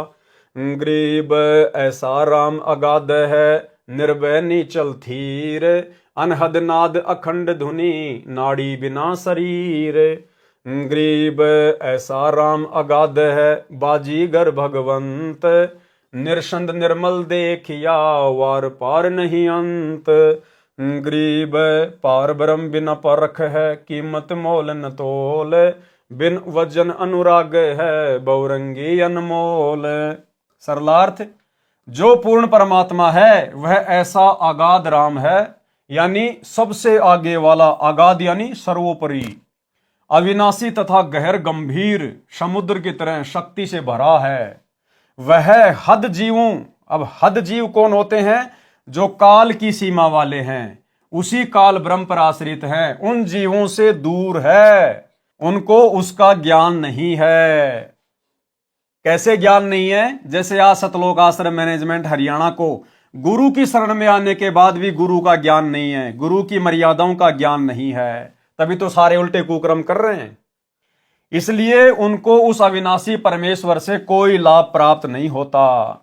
जो बेहद के हैं, यानी जिन्होंने उस असीम शक्ति युक्त परमात्मा को जान लिया है, वह परमात्मा उनके साथ है। वह परमात्मा पारस पत्थर की तरह अनमोल बेकीमत है। उस परमात्मा की प्राप्ति के लिए शास्त्र विधि रहित नाम यानी राम का जाप शेष नागजी 1000 यानी सहस्त्र मुखों से जप कर रहा है, आज तक उसको भी अविनाशी परमात्मा का पार यानी अंत नहीं पाया। परमेश्वर अपरंपार अथा यानी समुद्र की तरह अमित शक्ति संपन्न है। तत्व ज्ञान के अभाव से प्रत्येक ऋषि देव अपने उर यानी हृदय में कृत्रिम यानी कृत्रिम मन कल्पित ख्याल यानी विचार से मौला यानी परमात्मा को अलख अल्लाह निराकार दिखाई न देने वाला मानते हैं। वह परमेश्वर अचल यानी निश्चल यानी अविनाशी है, निर्भय है। थीर का अर्थ भी स्थिर यानी निश्चल होता है। पद्य भाग में पदों की तथा रागों को पूर्ण करने के कारण ऐसे दोहरे शब्दों का प्रयोग किया जाता है। उस परमेश्वर के लोक में अखंड धुन बज रही है। उस परमेश्वर का शरीर 5 तत्व से बनी नाड़ी वाला नहीं है। किस परमेश्वर का? उस परमेश्वर का, सतगुरु रामपाल जी परमेश्वर जी का शरीर 5 तत्व से बनी नाड़ी का नहीं है। हम अपने गुरुदेव को सतगुरु कहते हैं, सतगुरु। ना सतगुरु जननी जने और जाके माना बाप, पिंड ब्रह्मंड से रहित है ना वहां तीनों ताप। वह परमेश्वर बाजीगर की तरह अद्भुत चमत्कार करता है, निरसंद यानी जिसकी शक्ति की सीमा नहीं है तथा पवित्र है, वह अपरंपार शक्ति वाला है। जिस सत्य पुरुष को अन्य गुरुजन व ऋषिगण अलख अल्लाह निराकार प्रभु कहते हैं, उनको परमात्मा प्राप्ति नहीं हुई है। ये मैंने यानी संत गरीबदास जी ने देखा है। पार ब्रह्म परमात्मा की परख यानी पहचान किसी को नहीं है। उसकी कीमत यानी मूल्य तथा तोल यानी वजन का क्या वर्णन किया जा सकता है, यानी उनकी शक्ति का, उसकी महिमा का क्या वर्णन किया जा सकता है। उसकी महिमा सुनकर उसके प्रति अनुराग यानी प्राप्ति का प्रेम मेरे को है। वह बहुरंगी है, जैसे काशी में जुलाहा धानक बना, मेरे को संत गरीबदास जी को जिंदा बाबा के रूप में मिला तथा सतलोक में सत्य पुरुष रूप में बैठा देखा। इस प्रकार बहुरंगी यानी बहुरूपिया कहा है। वाणी नंबर 77 से 87। गरीब महिमा अवगत नाम की, जानत बिरले संत, 8 पहर धुनि ध्यान है, मुनि जन रटै अनंत। गरीब चंद सुर पानी पवन, धरनी धोल आकाश, 5 तत्व हाजिर खड़े, खिजमतदार खवाश। गरीब काल कर्म कर बंदगी, महाकाल अरदास, मन माया और धर्म राय, सब सिर नाम उपास। गरीब काल डर करतार से, मन माया का नाश, चंदन अंग पलटे सब, एक खाली रह गया बांस। गरीब सजन सलोना राम है, अवगत अन्य न जाई, बाहर भीतर एक है, सब गट रहा समाई। गरीब सजन सलोना राम है, अचल अभंगी एक, आदि अंत जाके नहीं, ज्यों का त्यों ही देख। गरीब सजन सलोना राम है, अचल अभंगी ऐन, महिमा कहीं न जाते हैं, बोले मधुरे बैन। गरीब सजन सलोना राम है, अचल अभंगी आदि, सतगुरु मरहम ताश का, साखी भरत सब साध। गरीब सजन सलोना राम है, अचल अभंगी पीर, चरण कमल हंसारे हैं, हम हैं दामनगीर। गरीब सजन सलोना राम है, अचल अभंगी आप, हद बेहद से अगम है, जपो अजपा जाप। गरीब ऐसा भगली जोगिया, जानत है सब खेल, बीन बजावे मोहिनी, जुग मंत्र सब मेल। आगे परमेश्वर ने इन वाणियों का सरलार्थ किया है। उस परमात्मा को प्राप्त करने के लिए अनंत मुनिजन मनमाने नामों की रटना लगा रहे हैं, यानी जाप कर रहे हैं, परंतु अविगत नामों, दिव्य मंत्रों को तथा उनकी महिमा को बिरला संत ही जानता है। और वे बिरले संत एकमात्र पृथ्वी पर वर्तमान में स्वयं कबीर परमेश्वर सतगुरु रामपाल जी हैं। उस परमात्मा के आदेश से 5 तत्व आकाश, वायु, अग्नि, जल तथा पृथ्वी कार्य करते हैं। वे तो परमेश्वर कबीर जी की खिदमतगार यानी सेवा करने वाले सेवक दास हैं। उस परमेश्वर की बंदगी यानी प्रणाम करके नम्र भाव से स्तुति, ब्रह्मकाल, कर्म, दया की याचना करते हैं। ये काल भी उस परमेश्वर के आगे नतमस्तक है। और महाकाल, महाकाल कौन? अक्षर पुरुष। महाकाल यानी अक्षर पुरुष भी उस परमेश्वर से अरदास यानी प्रार्थना करके अपने अपने लोक चला रहे हैं। मन यानी काल ब्रह्म, माया यानी दुर्गा देवी और धर्मराय काल का न्यायाधीश, सबके सिर पर नाम उपासना है, यानी सबको भक्ति करना अनिवार्य है, तब उसका पद सुरक्षित रहता है। इसीलिए तो काल ने गीता अध्याय नंबर 18 श्लोक नंबर 64 या 65 में कहा है कि अर्जुन, मैं तुझे गुप्त से गुप्त बात बताता हूं कि मैंने तुझे जिस परमेश्वर के बारे में कहा ना, अध्याय 18 के श्लोक 62 में, कि उस अविनाशी परमेश्वर की शरण में जा, वो मेरा भी पूज्य देव है, मेरा भी इष्ट देव है। और यही बात यहां गुरुदेव लिख रहे हैं कि इस काल को भी अपना 21 ब्रह्मांड चलाने के लिए उसी परमात्मा की उपासना करनी पड़ती है। अक्षर पुरुष को भी अपने 7 संग ब्रह्मांड चलाने के लिए उसी कबीर परमेश्वर की भक्ति करनी पड़ती है। ये बात अलग है कि उनके पास में भक्ति का यथार्थ मार्ग नहीं है, लेकिन उनका इष्ट वो ध्यान उसी का धरते हैं। नोट, अक्षर पुरुष को महाकाल इसलिए कहा है क्योंकि जब इसका एक दिन जो 1000 युग कहा है पूरा होता है तो काल ब्रह्म दुर्गा सहित एक ब्रह्मांड का विनाश हो जाता है। सभी प्राणी अक्षर पुरुष के लोक में रखे जाते हैं। ज्योति निरंजन जब 21वें ब्रह्मांड में होता है उस समय यह भी महाकाल कहा जाता है। ज्योति निरंजन काल भी परमेश्वर कबीर जी से भय मानता है।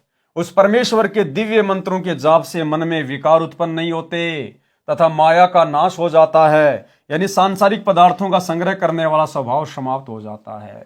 तो भाई और बहनों, अब आप विचार करो कि परमेश्वर के इन दिव्य मंत्रों का, जो दिव्य मंत्र परमेश्वर सतगुरु रामपाल जी ने आप और हमें दिए हैं, प्रथम नाम, शतनाम, या उनका तो सत्संग सुनना भी दिव्य मंत्र जैसा ही है। यानी गुरुदेव के सत्संगों को ध्यान से सुनना भी मंत्र जाप करने में ही आता है। अब बताइए भाई और बहनों, गुरुदेव के इन सत्संगों का, उनके दिव्य मंत्रों का प्रभाव किसके ऊपर हो रहा है? तीनों गुणों के प्रभाव से, माया के संग्रह करने से कौन भगत पीछे हट रहे हैं? किनको अपने आत्म कल्याण की चिंता सताने लगी है? मर्यादा तोड़ने से कौन डरते हैं? केवल साथ संगति से जुड़े हुए सत्सेवक भाई बहन। और यही कारण है कि गुरुदेव के इन मंत्रों के प्रभाव से, उनके आशीर्वाद से आज हम भाई बहन इन विकारों से दूर हो पाए हैं। तो ये पहचान है कि वर्तमान में यदि गुरुदेव भगवान किसी के ऊपर असीम प्रसन्न हैं तो केवल अपने सत्सेवक बच्चों के ऊपर प्रसन्न हैं। अन्यथा गुरुदेव के प्रसन्न हुए बिना आप और हम भाई और बहनों इन विषय विकारों से पीछे हटने की सोच भी नहीं सकते। सोच भी तो क्या कह रहे हैं परमात्मा? उस परमेश्वर के दिव्य मंत्रों के जाप से मन में विकार उत्पन्न नहीं होते तथा माया का नाश हो जाता है, यानी सांसारिक पदार्थों का संग्रह करने वाला स्वभाव समाप्त हो जाता है। जबकि सतलोक आश्रम मैनेजमेंट हरियाणा के जो मुख्य लोग हैं, बाकी संगत का तो क्या कहें जो इन आश्रमों में जाती है, देखा देखी में चल रही है, जो मुख्य लोग हैं, गुरुदेव का परिवार, कोऑर्डिनेटर, आश्रम संचालक, अभी तो इनकी बुद्धि पे पत्थर पड़े हैं। इनके ऊपर कोई मंत्रों का असर नहीं है, कोई गुरुदेव का इनको आशीर्वाद नहीं है, क्योंकि सबकी मर्यादा खंडित पड़ी है। तभी तो सारे कुकर्म कर रहे हैं। दुनिया वाले अपना शास्त्र विरुद्ध हवन यज्ञ कर रहे हैं, ये जाके वहां पर भंडारा लगा रहे हैं। दुनिया अपनी धर्मशाला बना रही है, ये जबरदस्ती जाके वहां समाज में ठेकेदारी ले लेते हैं कि तुम्हारा 5वां फ्लोर हम बनाएंगे। तो भाई और बहनों, इनके ऊपर ना कोई मंत्रों का असर है और ना इनके ऊपर सतगुरु का आशीर्वाद है, क्योंकि इनकी मर्यादा खंडित है। परमात्मा के अध्यात्म ज्ञान के प्रवचनों का प्रभाव अच्छी आत्माओं यानी पूर्व जन्म में शुभ संस्कारी प्राणियों पर ही पड़ता है। जो अन्य प्राणियों के शरीरों, कुत्ते, गधे, सूअर के शरीर को त्याग कर मानव शरीर प्राप्त करते हैं, उन पर सत्संग वचन का प्रभाव जल्दी नहीं पड़ता। तो ये गुरुदेव का परिवार, ये बड़े बड़े कोऑर्डिनेटर, ये भाई और बहनों 64 लाख वाली आत्माओं में नहीं है। ये तो अभी ताजा गधे, कुत्ते, सूअर के शरीर छोड़ के मनुष्य योनि में आए हैं। तभी तो सारे वही गधे, कुत्ते, सूअर वाले काम कर रहे हैं सारे के सारे। क्या कह रहे हैं परमात्मा? परमात्मा के अध्यात्म ज्ञान के प्रवचनों का प्रभाव अच्छी आत्माओं यानी पूर्व जन्म में शुभ संस्कारी प्राणियों पर ही पड़ता है। जो अन्य प्राणियों के शरीरों से, कुत्ते, गधे, सूअर के शरीरों को त्याग कर मानव शरीर प्राप्त करते हैं, उन पर सत्संग वचन का प्रभाव शीघ्र नहीं पड़ता। उदाहरण दिया है कि जैसे वन में चंदन के पेड़ होते हैं, उनके आसपास अन्य नीम, बबूल, आम, शीशम आदि वृक्ष भी होते हैं और बांस भी उगा होता है। चंदन की महक आसपास के अन्य पेड़ ग्रहण कर लेते हैं और चंदन की तरह खुशबूदार बन जाते हैं, परंतु बांस के ऊपर चंदन की महक का कोई प्रभाव नहीं पड़ता। तो भाई और बहनों, ये बांस के जैसे प्राणी हैं जो साथ संगति से नहीं जुड़े हुए हैं, जो सतलोक आश्रम वाले हैं, ये बांस के जैसे प्राणी हैं। चंदन का पेड़ यहां कौन? हमारे गुरुदेव भगवान सतगुरु रामपाल जी परमेश्वर। और अन्य जितने भी पेड़ हैं उनके आसपास में, हम जो उनके भगत हैं, हमारे ऊपर उनके वचनों का असर हो गया। हमें गुरुजी ने अपने जैसा बना लिया। कीट न जाने भृंग को, सतगुरु कर ले आप समान। लेकिन जो बांस होता है, बांस के ऊपर चंदन की महक का कोई असर नहीं होता। इसलिए परमात्मा कहते हैं कि काल को जीव कहीं नहीं माने, कोट सुने जो ज्ञाना, और जैसे लाख अग्नि में पिंगले, बिछुड़ते काट समाना। करोड़ वर्ष करो संगत संतों की, पत्थर का जल में क्या बीज है। एक चंदन बन में रंग ला दे, पर बांस बिटंबी ना सीजे। और परमात्मा कहते हैं जैसे सर्प चंदन लिपटाई, तन भया शीतल, पर विष नहीं जाई। तो भाइयों और बहनों, ये सतलोक आश्रम मैनेजमेंट हरियाणा वाले तो चंदन के पेड़ से लिपटे हुए सर्पों की भांति हैं। जब तक चंदन के पेड़ से लिपटे हैं, लोगों को लगता है कि सांप ने अपना जहर त्याग दिया, बड़ा शीतल दिखाई देता है। और जैसे उसको कोई हाथ लगाता है, तुरंत फण उठा के खड़ा हो जाता है। तो जब तक गुरुजी आश्रम में थे, तब तक तो हमारे को ये बड़े बड़े भगत, परम भगत दिखाई देते थे, एक नंबर के। और जैसे ही गुरुजी ने इनको अपने से दूर किया, आज देख लो इनके कुकर्म आप सबके सामने है। 10 साल से वाणी नंबर 81 से 87 तक एक जैसा ही ज्ञान है। परमेश्वर की महिमा सामान्य रूप में बताई है कि वह परमात्मा सज्जन यानी नेक मानव जैसा है, अविगत यानी दिव्य है, अन्यत न जाई, उसकी खोज में अनेकों स्थानों पर ना जाएं, उसकी प्राप्ति सतगुरु द्वारा होगी। उस परमात्मा की शक्ति बाहर यानी शरीर से बाहर तथा भीतर यानी शरीर के अंदर एक समान है। सबके घट यानी शरीर रूपी घड़े में रहा समाई यानी व्यापक है। यानी घट हिम गंगा, घट हिम यमुना, घट हिम है जगदीश, सतगुरु तारेंगे। अचल यानी स्तर, अभंगी यानी जो कभी ना टूटे यानी अविनाशी, वह तो एक ही प्रभु है, परम अक्षर ब्रह्म। कौन? परम अक्षर ब्रह्म। उसका आदि, आदि का मतलब जन्म अर्थात प्रारंभ, तथा अंत, अंत यानी मृत्यु नहीं है। वह तो सदा से ज्यों का त्यों ही दिखाई देता है। आप भी साधना करके उसे देख लो। तो हम भाई बहनों ने तो ज्ञान वाली दृष्टि से, दिव्य दृष्टि से अपने गुरुदेव भगवान को जान लिया, पहचान लिया कि सतगुरु आदि अनादि है, सतगुरु मद है मूल, और सतगुरु को सिजदा करूं एक पलक नहीं भूल। सतगुरु पूर्ण ब्रह्म है, सतगुरु आप अलेख, और सतगुरु ही रमता राम है, विचरण करने वाला, कभी जिंदा बाबा बन के, कभी संत रूप धारण करके, कभी शिशु रूप में। सतगुरु रमता राम है, इसमें मीन ना मेख, यानी सतगुरु स्वयं परमात्मा है, अलख अल्लाह है। उस अविनाशी सज्जन परमात्मा की महिमा संपूर्ण रूप से कोई नहीं कह सकता, क्योंकि वह अचल यानी स्तर तथा अभंगी ऐन यानी वास्तव में अविनाशी स्थायी परमात्मा है। वह जब मुझे संत गरीबदास जी को मिला था तो बहुत प्रिय भाषा बोली थी, मधुरे माने मीठे, और बैन यानी वचन। उस अचल अभंगी राम का मरहम यानी गूढ़ ज्ञान केवल सतगुरु यानी तत्वदर्शी संत ही जानता है। इस बात के साक्षी सब साध यानी संत जन हैं।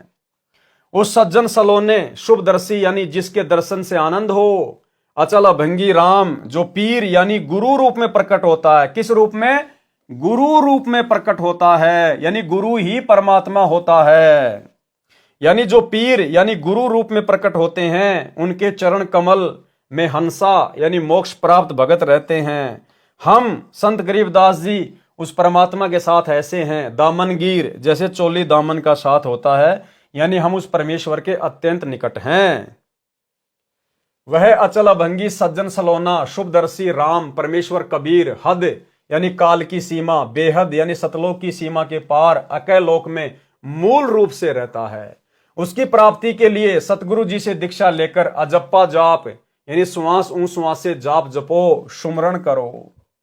वह परमेश्वर ऐसा भगली यानी जादूगर, जोगिया यानी योगी साधु रूप में प्रकट होने वाला है, जो सब खेल जानता है कि कैसे जीव की रचना हुई, कैसे ये काल जाल में फंसा, कैसे काल ब्रह्म ने इसको अज्ञान में अंधा कर रखा है, काल का जीव को अपने जाल में फंसाए रखने का क्या उद्देश्य है, उसको 1 लाख मानव शरीरधारी प्राणियों को नित्य खाना पड़ता है, कैसे जीव को काल जाल से छुड़वाया जा सकता है। बीन बजावे मोहिनी यानी काल प्रेरित सुंदर स्त्रियां भक्तों को कैसे मधुर वाणी बोलकर आकर्षित करती हैं। बीन बजाने का भावार्थ यह है कि जैसे सपेरा बीन यंत्र बजाकर सर्प को वश में करता है, ऐसे ही काल के आदेश से सुंदर परियां सुरीली गाने गाकर साधकों को अपने जाल में फंसाती हैं। कहां? ऊपर जब त्रिकुटी पे जाएंगे।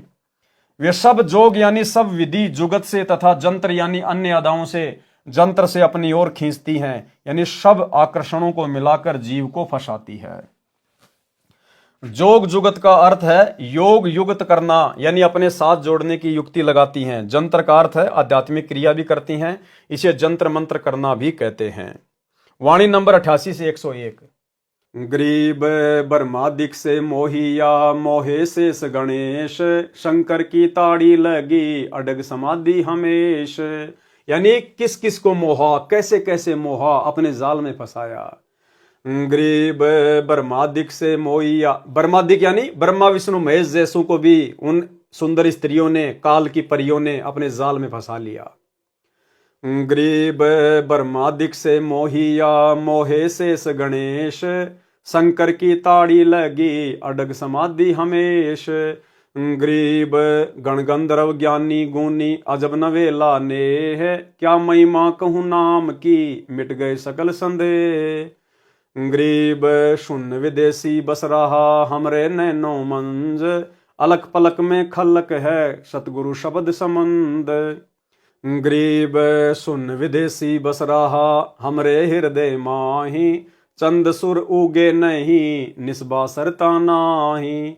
ग्रीब शून्य विदेशी बस रहा हमरे त्रिकुटी तीर, शंख पदम छवि चांदनी बानी को किलकीर। ग्रीब सुन विदेशी रम रहा सहस कमल दल बाग, सोहम ध्यान समाधि धुनी तरती जन बैराग। ग्रीब सुमरण तब ही जानिए जब रोम रोम धुन होई, कुंज कमल में बैठ कर माला फेरे सोई। ग्रीब सुरती सुमरनी हाथ ले नृत्य मिले निर्वाण, ररंकार रमता लखें असली बंदगी ध्यान।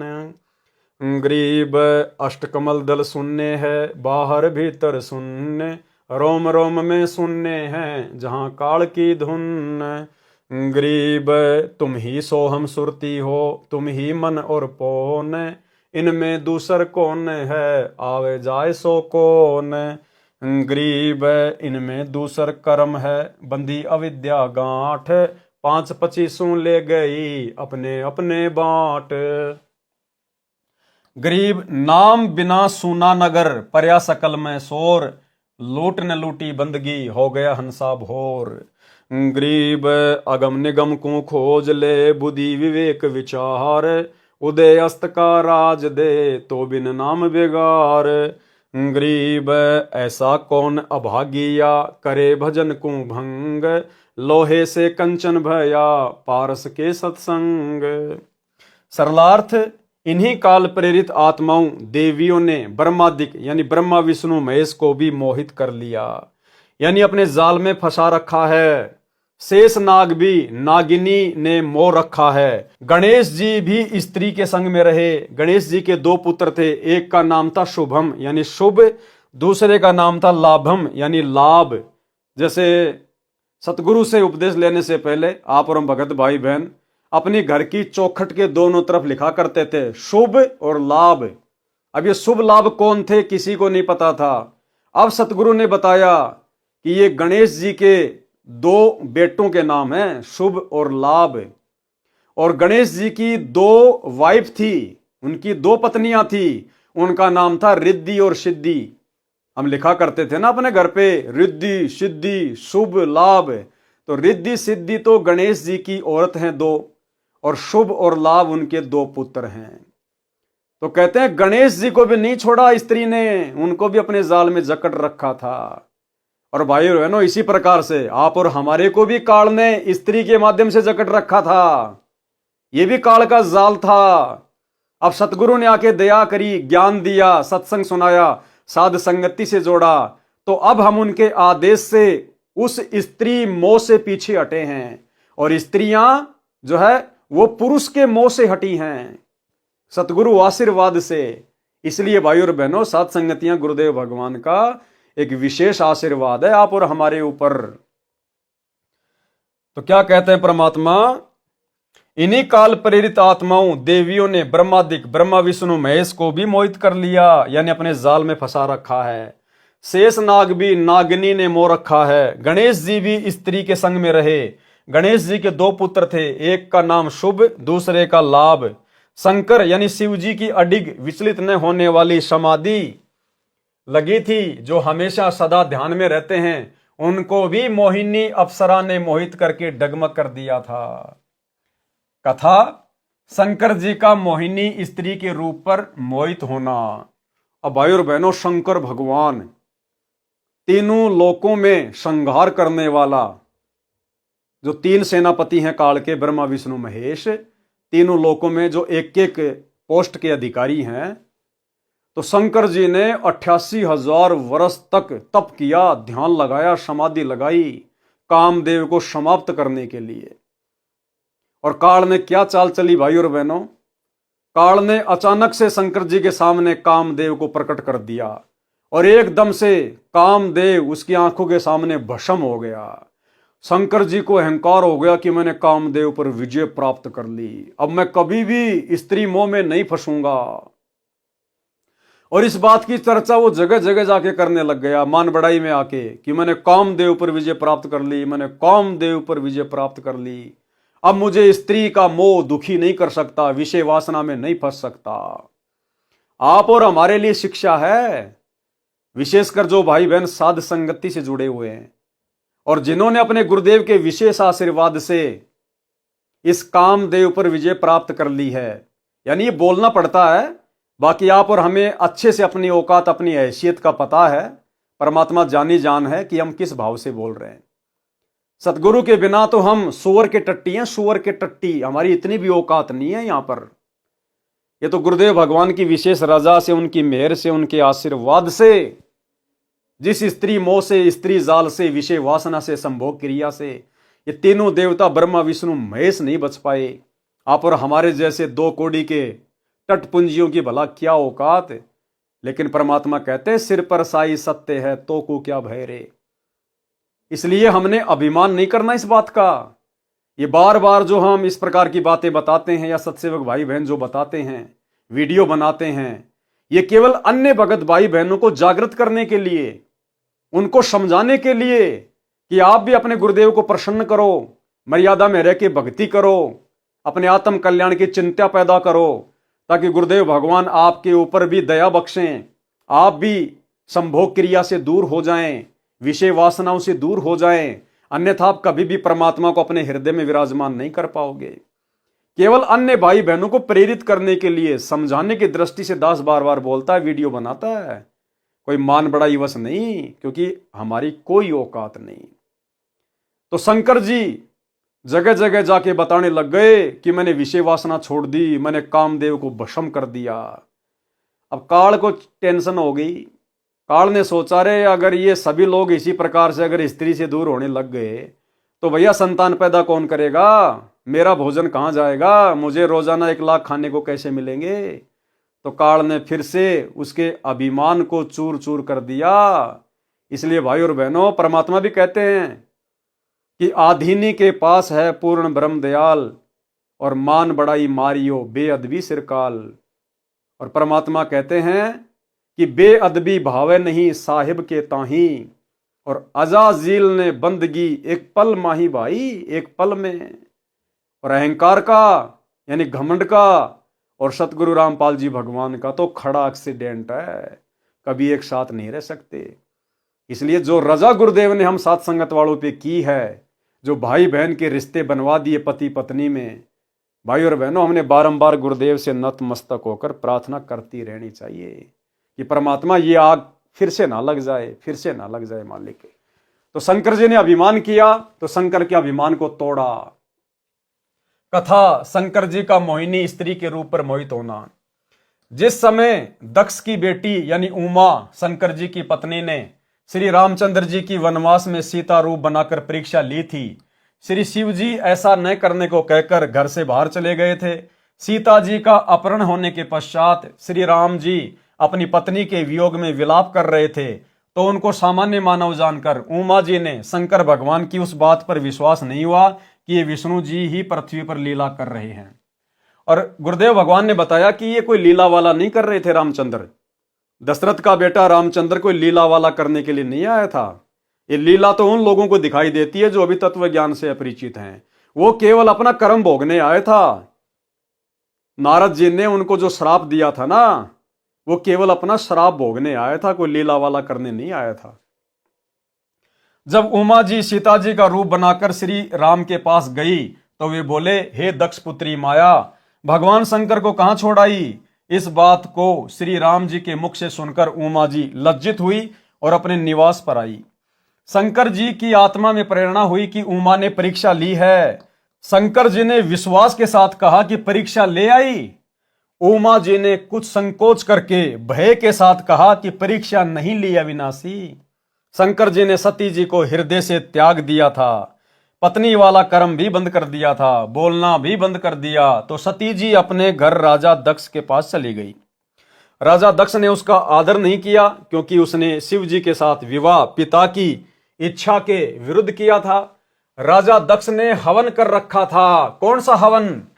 जो ये हरियाणा के गोहाना की दादा गोसाई गौशाला में चल रहा है। शास्त्र विरुद्ध हवन, मनमाना आचरण। राजा दक्ष ने हवन कर रखा था। हवन कुंड में छलांग लगाकर सती जी ने प्राणांत कर दिया था, यानी शरीर का अंत कर दिया था। शंकर जी को पता चला तो अपनी ससुराल आए। राजा दक्ष का सिर काटा, फिर उस पर बकरे का सिर लगाया। अपनी पत्नी के कंकाल को उठाकर 10,000 वर्ष तक उमा उमा करते हुए पागलों की तरह फिरते रहे। एक दिन भगवान विष्णु जी ने सुदर्शन चक्कर से उस कंकाल को टुकड़े टुकड़े कर दिया। विष्णु जी ने नहीं किया भाई और बहनों, ये तो परमात्मा अपने आप को छुपाते हैं। स्वयं कबीर परमेश्वर सतगुरु रामपाल जी ने उस कंकाल के टुकड़े टुकड़े किए सुदर्शन चक्कर से। उसके 52 टुकड़े हुए, जहां जहां भी गिरे वहां वहां यादगार रूप में मंदिर बनवाए गए, जो 52 द्वारे कहे जाते हैं। जहां पर धड़ गिरा वहां पर वैष्णव देवी मंदिर बना, जहां पर आंखें गिरी वह नैना देवी मंदिर बना, जहां पर जीभ गिरी वहां पर ज्वाला जी का मंदिर बना, तथा पर्वत से अग्नि की लपटें निकलने लगी। तब शंकर जी सचेत हुए तथा अपनी दुर्गति का कारण कामदेव सेक्स को माना। कामदेव वश हो जाए तो नए स्त्री की आवश्यकता है और नई ऐसी परेशानी हो, ये विचार करके हजारों वर्ष काम सेक्स का दमन करने के उद्देश्य से तप किया। एक दिन कामदेव उनके निकट आया और शंकर जी की दृष्टि से भस्म हो गया। शंकर जी को अपनी सफलता पर असीम प्रसन्नता हुई, लेकिन हमने भाई और बहनों मान बढ़ाई के हिसाब से प्रसन्नता जाहिर नहीं करनी। हमें प्रसन्नता तो है कि गुरुदेव भगवान ने हमारे ऊपर वो दया कर दी जो दया ब्रह्मा विष्णु महेश के ऊपर भी नहीं है, बड़े से बड़े साधु संत महात्माओं के ऊपर भी नहीं हुई। हमें केवल इस बात की प्रसन्नता होनी चाहिए कि मैं अब अच्छे से भक्ति करूंगा, मेरे गुरुदेव ने मेरे ऊपर रजा बख्शी है, मुझे विकारों से दूर किया है। लेकिन शंकर जी को इन सब बातों की सोचकर प्रसन्नता नहीं हुई। उसको तो फिर अहंकार आ गया, मन में घमंड समा गया कि मैंने कामदेव पर विजय प्राप्त कर ली। एक दिन कामदेव उनके निकट आया और शंकर जी की दृष्टि से भस्म हो गया। शंकर जी को असीम सफलता पर असीम प्रसन्नता हुई। जो भी देव उसके पास आता था तो उससे कहते थे कि मैंने कामदेव को भस्म कर दिया है, यानी काम विषय पर विजय प्राप्त कर ली है। मैं कभी भी किसी सुंदरी से प्रभावित नहीं हो सकता। अन्य जो विवाह किए हुए हैं वे ऊपर से सुखी नजर आते हैं, अंदर से मां दुखी रहते हैं। उनको सदा अपनी पत्नी की रखवाली, समय पर घर न आने से डांटे खाना आदि आदि परेशानियां सदा बनी रहती है। मैंने ये दुख निकट से देखा है। अब न रहेगा बांस न रहेगी बांसुरी। शंकर जी क्या कह रहे हैं कि अगर मैं कभी कभार घर पे लेट जाता था तो पार्वती मेरे को डांटा करती थी, कहां मर गया था, इतनी देर क्यों लगा दी, कहां कहां घूमता है। क्योंकि भाई और बहनों ये भी जीव ही हैं, ये भी जीव ही हैं। जैसे यहां पर किसी स्त्री को अपने पति पर शंका हो जाती है, कभी कभार घर पे लेट आता है तो डांट मारती है, कहां था, इतनी देर क्या कर रहा था, क्योंकि उसके मन में विचार आता कि ये कुछ और कुक्रम तो नहीं करता। ऐसे ही वो पार्वती जी जब शंकर जी घर पे आते थे तो 100 सवाल करती थी, लेट सेट हो जाते थे तो कहां थे, इतनी देर क्या कर रहे थे, आज इतना टाइम क्यों लगा दिया। क्योंकि भाई और बहनों हम सब जीव ही है। पीव पुरुष परमात्मा केवल एक ही है, कबीर देव सतगुरु रामपाल जी भगवान, बाकी सब जीव है। ऐसे ही शंकर जी के घर में झगड़ा, ऐसे ही ब्रह्मा जी के घर में झगड़ा, ऐसे ही औरत को लेके विष्णु जी के घर में झगड़ा। अन्य जो विवाह किए हुए हैं वे ऊपर से सुखी नजर आते हैं, अंदर से मां दुखी रहते हैं। कौन कह रहे हैं? शंकर जी। उनको सदा अपनी पत्नी की रखवाली, समय पर घर न आने से डांटे खाना, आदि आदि परेशानियां सदा बनी रहती है। मैंने ये दुख निकट से देखा है। शंकर जी क्या कह रहे हैं कि मैंने ये दुख निकट से देखा है। अब न रहेगा बांस, न बजेगी बांसुरी। काल ब्रह्म को चिंता बनी कि यदि सब इस प्रकार स्त्री से घृणा करेंगे तो संसार का अंत हो जाएगा। मेरे आहार के लिए 1,00,000 मानव कहां से आएंगे? इस उद्देश्य से नारद जी को प्रेरित किया। एक दिन नारद मुनि जी आए, उनके सामने भी शिव जी ने अपनी कामदेव पर विजय प्राप्त की कथा सुनाई। नारद जी ने भगवान विष्णु को यथावत सुनाई। श्री विष्णु जी को काल ब्रह्म ने प्रेरणा की, भाई की परीक्षा करनी चाहिए कि ये कितने खरे हैं। काल ब्रह्म की प्रेरणा से एक दिन शिव जी विष्णु जी के घर के आंगन में आकर बैठ गए। सामने बहुत बड़ा फलदार वृक्षों का बाग था, भिन्न भिन्न प्रकार के फूल खिले थे, बसंत जैसा मौसम था। श्री विष्णु जी शिव जी के पास आकर बैठ गए, कुशल मंगल जाना। फिर विष्णु जी ने पूछा, सुना है कि आपने काम पर विजय प्राप्त कर ली है। शिव जी बोले, हाँ, मैंने कामदेव का नाश कर दिया है। कुछ देर बाद शिव जी के मन में प्रेरणा हुई कि भगवान, मैंने सुना है कि सागर मंथन के समय आप जी ने मोहिनी रूप बनाकर राक्षसों को आकर्षित किया था। आप उस रूप में कैसे लग रहे थे? मैं देखना चाहता हूं। पहले तो बहुत बार विष्णु जी ने मना किया, परंतु शिव जी के हट के सामने स्वीकार किया और कहा कि कभी फिर आना, आज मुझे किसी आवश्यक कार्य से कहीं जाना है। ये कहकर विष्णु जी अपने महल में चले गए। शिव जी ने कहा कि जब तक आप वह रूप नहीं दिखाओगे मैं भी जाने वाला नहीं हूं। कुछ ही समय के बाद शिव जी की दृष्टि बाग के एक दूर वाले कोने में एक अप्सरा पर पड़ी, जो सुंदरता का सूर्य थी। इधर उधर देखकर शिव जी उसकी ओर चल पड़े। ज्यों ज्यों निकट गए त्यों त्यों वह सुंदरी अधिक सुंदर लगने लगी और वह अर्धनग्न वस्त्र पहने थी। कभी गुप्तांग वस्त्र से ढक जाता तो कभी हवा के झोंके से आधा हट जाता। सुंदरी ऐसे भाव दिखा रही थी कि जैसे उसको कोई नहीं देख रहा है। जब शिवजी को निकट देखा तो शर्मा कर तेज चाल से चल पड़ी। शिवजी ने भी गति बढ़ा दी, स्पीड बढ़ा दी। बड़े परिश्रम के पश्चात तथा घने वृक्षों के बीच मोहिनी का हाथ पकड़ पाए। तब तक शिवजी का शुक्रपात हो चुका था। उसी समय सुंदरी वाला स्वरूप श्री विष्णु रूप बन गया। भगवान विष्णु जी शिव जी की दशा देखकर मुस्कुराए तथा कहा कि ऐसे उन राक्षसों से अमृत छीन कर लाया था। वे राक्षस ऐसे मोहित हुए थे जैसे मेरा छोटा भाई कामजीत, यानी शंकर जो अपने आप को कामजीत कह रहा था। विष्णु जी कह रहे हैं कि जैसे मेरा छोटा भाई कामजीत अब काम पराजित हो गया। शिवजी ने उसके पश्चात हिमालय राजा की बेटी पार्वती से अंतिम बार विवाह किया। पार्वती वाली आत्मा वही है जो सती जी थी। पार्वती रूप में अमरनाथ स्थान पर अमर मंत्र शिवजी से प्राप्त करके शिवजी की आयु तक अमर हुई। इस प्रकार वाणी में कहा है कि शंकर जी की समाधि तो अडिग न डिगने वाली थी। जैसा पौराणिक मानते हैं वह भी मोहे गए, माया के वश हो गए। तो भाई और बहनों सोचो, जब ऐसे बड़े बड़े महापुरुष जिनके आगे आप और हमारी तो कोई औकात ही नहीं है, जैसे हाथी के सामने चींटी, जब अहंकार घमंड इनको ले डूबा तो फिर आप और हमारी क्या औकात है यदि हमने जरा भी अहंकार किया तो, ऊपर मुंह करके चले तो यहां जो भी कुछ हो रहा है सतगुरु के आशीर्वाद से, सतगुरु की दया से, और हमने सतगुरु की दया को सतगुरु के आगे अधीन होकर, विनम्र होकर, क्योंकि वे अंतर्यामी हैं, कण कण के वासी हैं। उनका सीसीटीवी कैमरा 24 घंटे अंदर बाहर चलता है, उनसे कुछ नहीं छुपाया जा सकता। अंतर्यामी एक तुम आत्म के आधार, जो तुम छोड़ो हाथ तो मोय कौन उतारे पार। घट हिम गंगा घट हिम जमुना, घट हिम है जगदीश, सतगुरु तारेंगे। तो सतगुरु को तो आधीन भाव वाला भगत प्रसन्न है। गंधर्व एक मानव जाति जो गंधर्व गोत्र की है, तथा गण देवों के नौकर जैसे शिव के गण, गणेश तो है ही गणों का ईश, तथा ज्ञानी मुनि यानी विद्वान कहे जाने वाले ऋषि जी भी अजब नवेला ने है, यानी सुंदर युवा स्त्रियों से अजब गजब का अनोखा प्यार करते हैं। यानी सब के सब देवी देवता, ये सारे के सारे भाई और बहनों इसी काल के जाल में फंसे हुए हैं, इसी विषय वासना में जकड़े हुए हैं। संत गरीबदास जी कह रहे हैं कि उस निज नाम की क्या महिमा करूं जिससे सब संदेह यानी शंकाएं समाप्त हो गई, अर्थात सतलोक में जाने के पश्चात जन्म मरण तथा विकारों से पूर्ण रूप से पीछा छूट सकता है। सतलोक प्राप्ति, मोक्ष की प्राप्ति निज नाम से होती है। वह निज नाम, सार नाम मेरे गुरुदेव जी ने मुझे दिया, उस निज नाम की क्या महिमा करूं जिसने मेरा कल्याण कर दिया।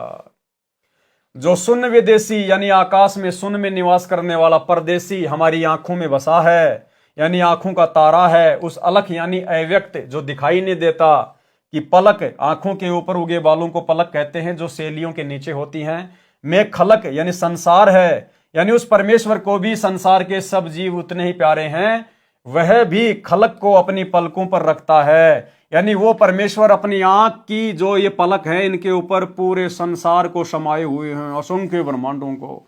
इतना समर्थ है वो परमात्मा जिनकी पलक के ऊपर सारी खलक, खलक मानी सृष्टि बसी हुई है। जाके अर्ध रूम पर सकल पसारा, ऐसा पूर्ण ब्रह्म हमारा। सतगुरु के शब्द यानी मोक्ष करने वाले नाम को समझ और अपना कल्याण करा। परमेश्वर जो शून्य में रहने वाला परदेसी है वह हमारे हृदय में बसा है, यानी हम अपने परमेश्वर से बहुत प्यार करते हैं। जिस स्थान पर सतलोक में परमेश्वर रहते हैं वह स्वयं प्रकाशित है, जैसे हीरा स्वयं प्रकाशित होता है। वहां पर प्रकाश करने के लिए सूर्य की आवश्यकता नहीं है। वहां पर दिन रात यानी निस यानी रात्रि और वासर यानी दिन नहीं होते। वही परदेसी सत्य पुरुष त्रिकुटी में अन्य रूप में रहता है। त्रिकुटी कमल परम हंस पूर्ण सतगुरु समर्थ आप हैं। वही परदेसी सत्य पुरुष त्रिकुटी में अन्य रूप में रहता है। उस शरीर की शोभा शंख पद्मों की रोशनी जितनी है। सतलोक में परमेश्वर के एक रोम यानी शरीर के बाल की छवि करोड़ सूर्य तथा करोड़ चंद्रमाओं जितनी है। पद्म की रोशनी तो एक चंद्रमा जैसी ही होती है। यानी त्रिकुटी पर सत्य पुरुष कम तेज वाले शरीर में विद्यमान है। त्रिकुटी तीर का अर्थ है त्रिकुटी के किनारे, यहां तीर का अर्थ किनारा है। जैसे यमुना के तीर कृष्ण बंसी बजाई रे। उस परमेश्वर जी ने कोकिल कीर यानी कोयल पक्षी जैसी मधुर वाणी बोल बोलकर ज्ञान बताया था।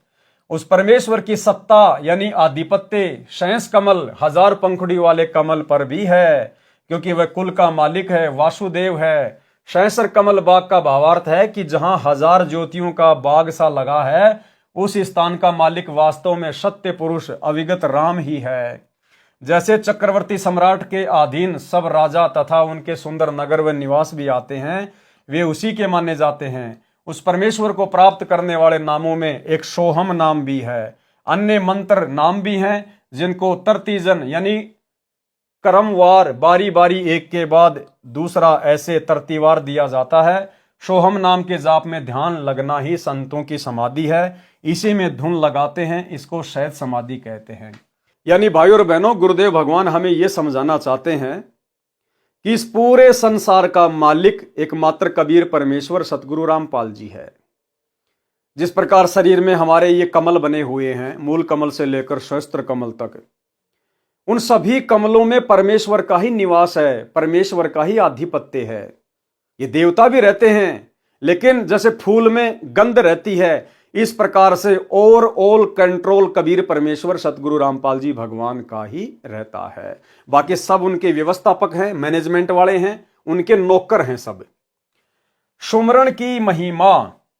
तो भाई और बहनों, आज के इस वीडियो में हम केवल इतना ही लेंगे। आज गुरुदेव भगवान के कर कमल से लिखित पवित्र पुस्तक मुक्ति बोध का हमने 8वें नंबर का वीडियो देखा। गुरुदेव भगवान के आशीर्वाद से बहुत कुछ हमें समझ में आया है। भक्ति मार्ग के नए नए रहस्य हमें पता चलते जा रहे हैं, जिसके चलते हमारा आत्मविश्वास बढ़ता है। भक्ति करने की जो प्रेरणा है वो प्रबल होती है। गुरुदेव भगवान में हमारा विश्वास बढ़ता है और हमें अपने आत्म कल्याण की चिंता होती है। और ये जरूरी है भाई और बहनों, क्योंकि भय बिना भक्ति नहीं हो सकती है। तो आज के वीडियो में केवल इतना ही। कल रात्रि 8 बजे सभी भाई बहन फिर से जुड़िए। तब तक गुरुदेव भगवान हम सबको आज्ञा दें, इजाजत दें, आशीर्वाद दें। बंदी छोड़ सतगुरु रामपाल जी भगवान की जय हो।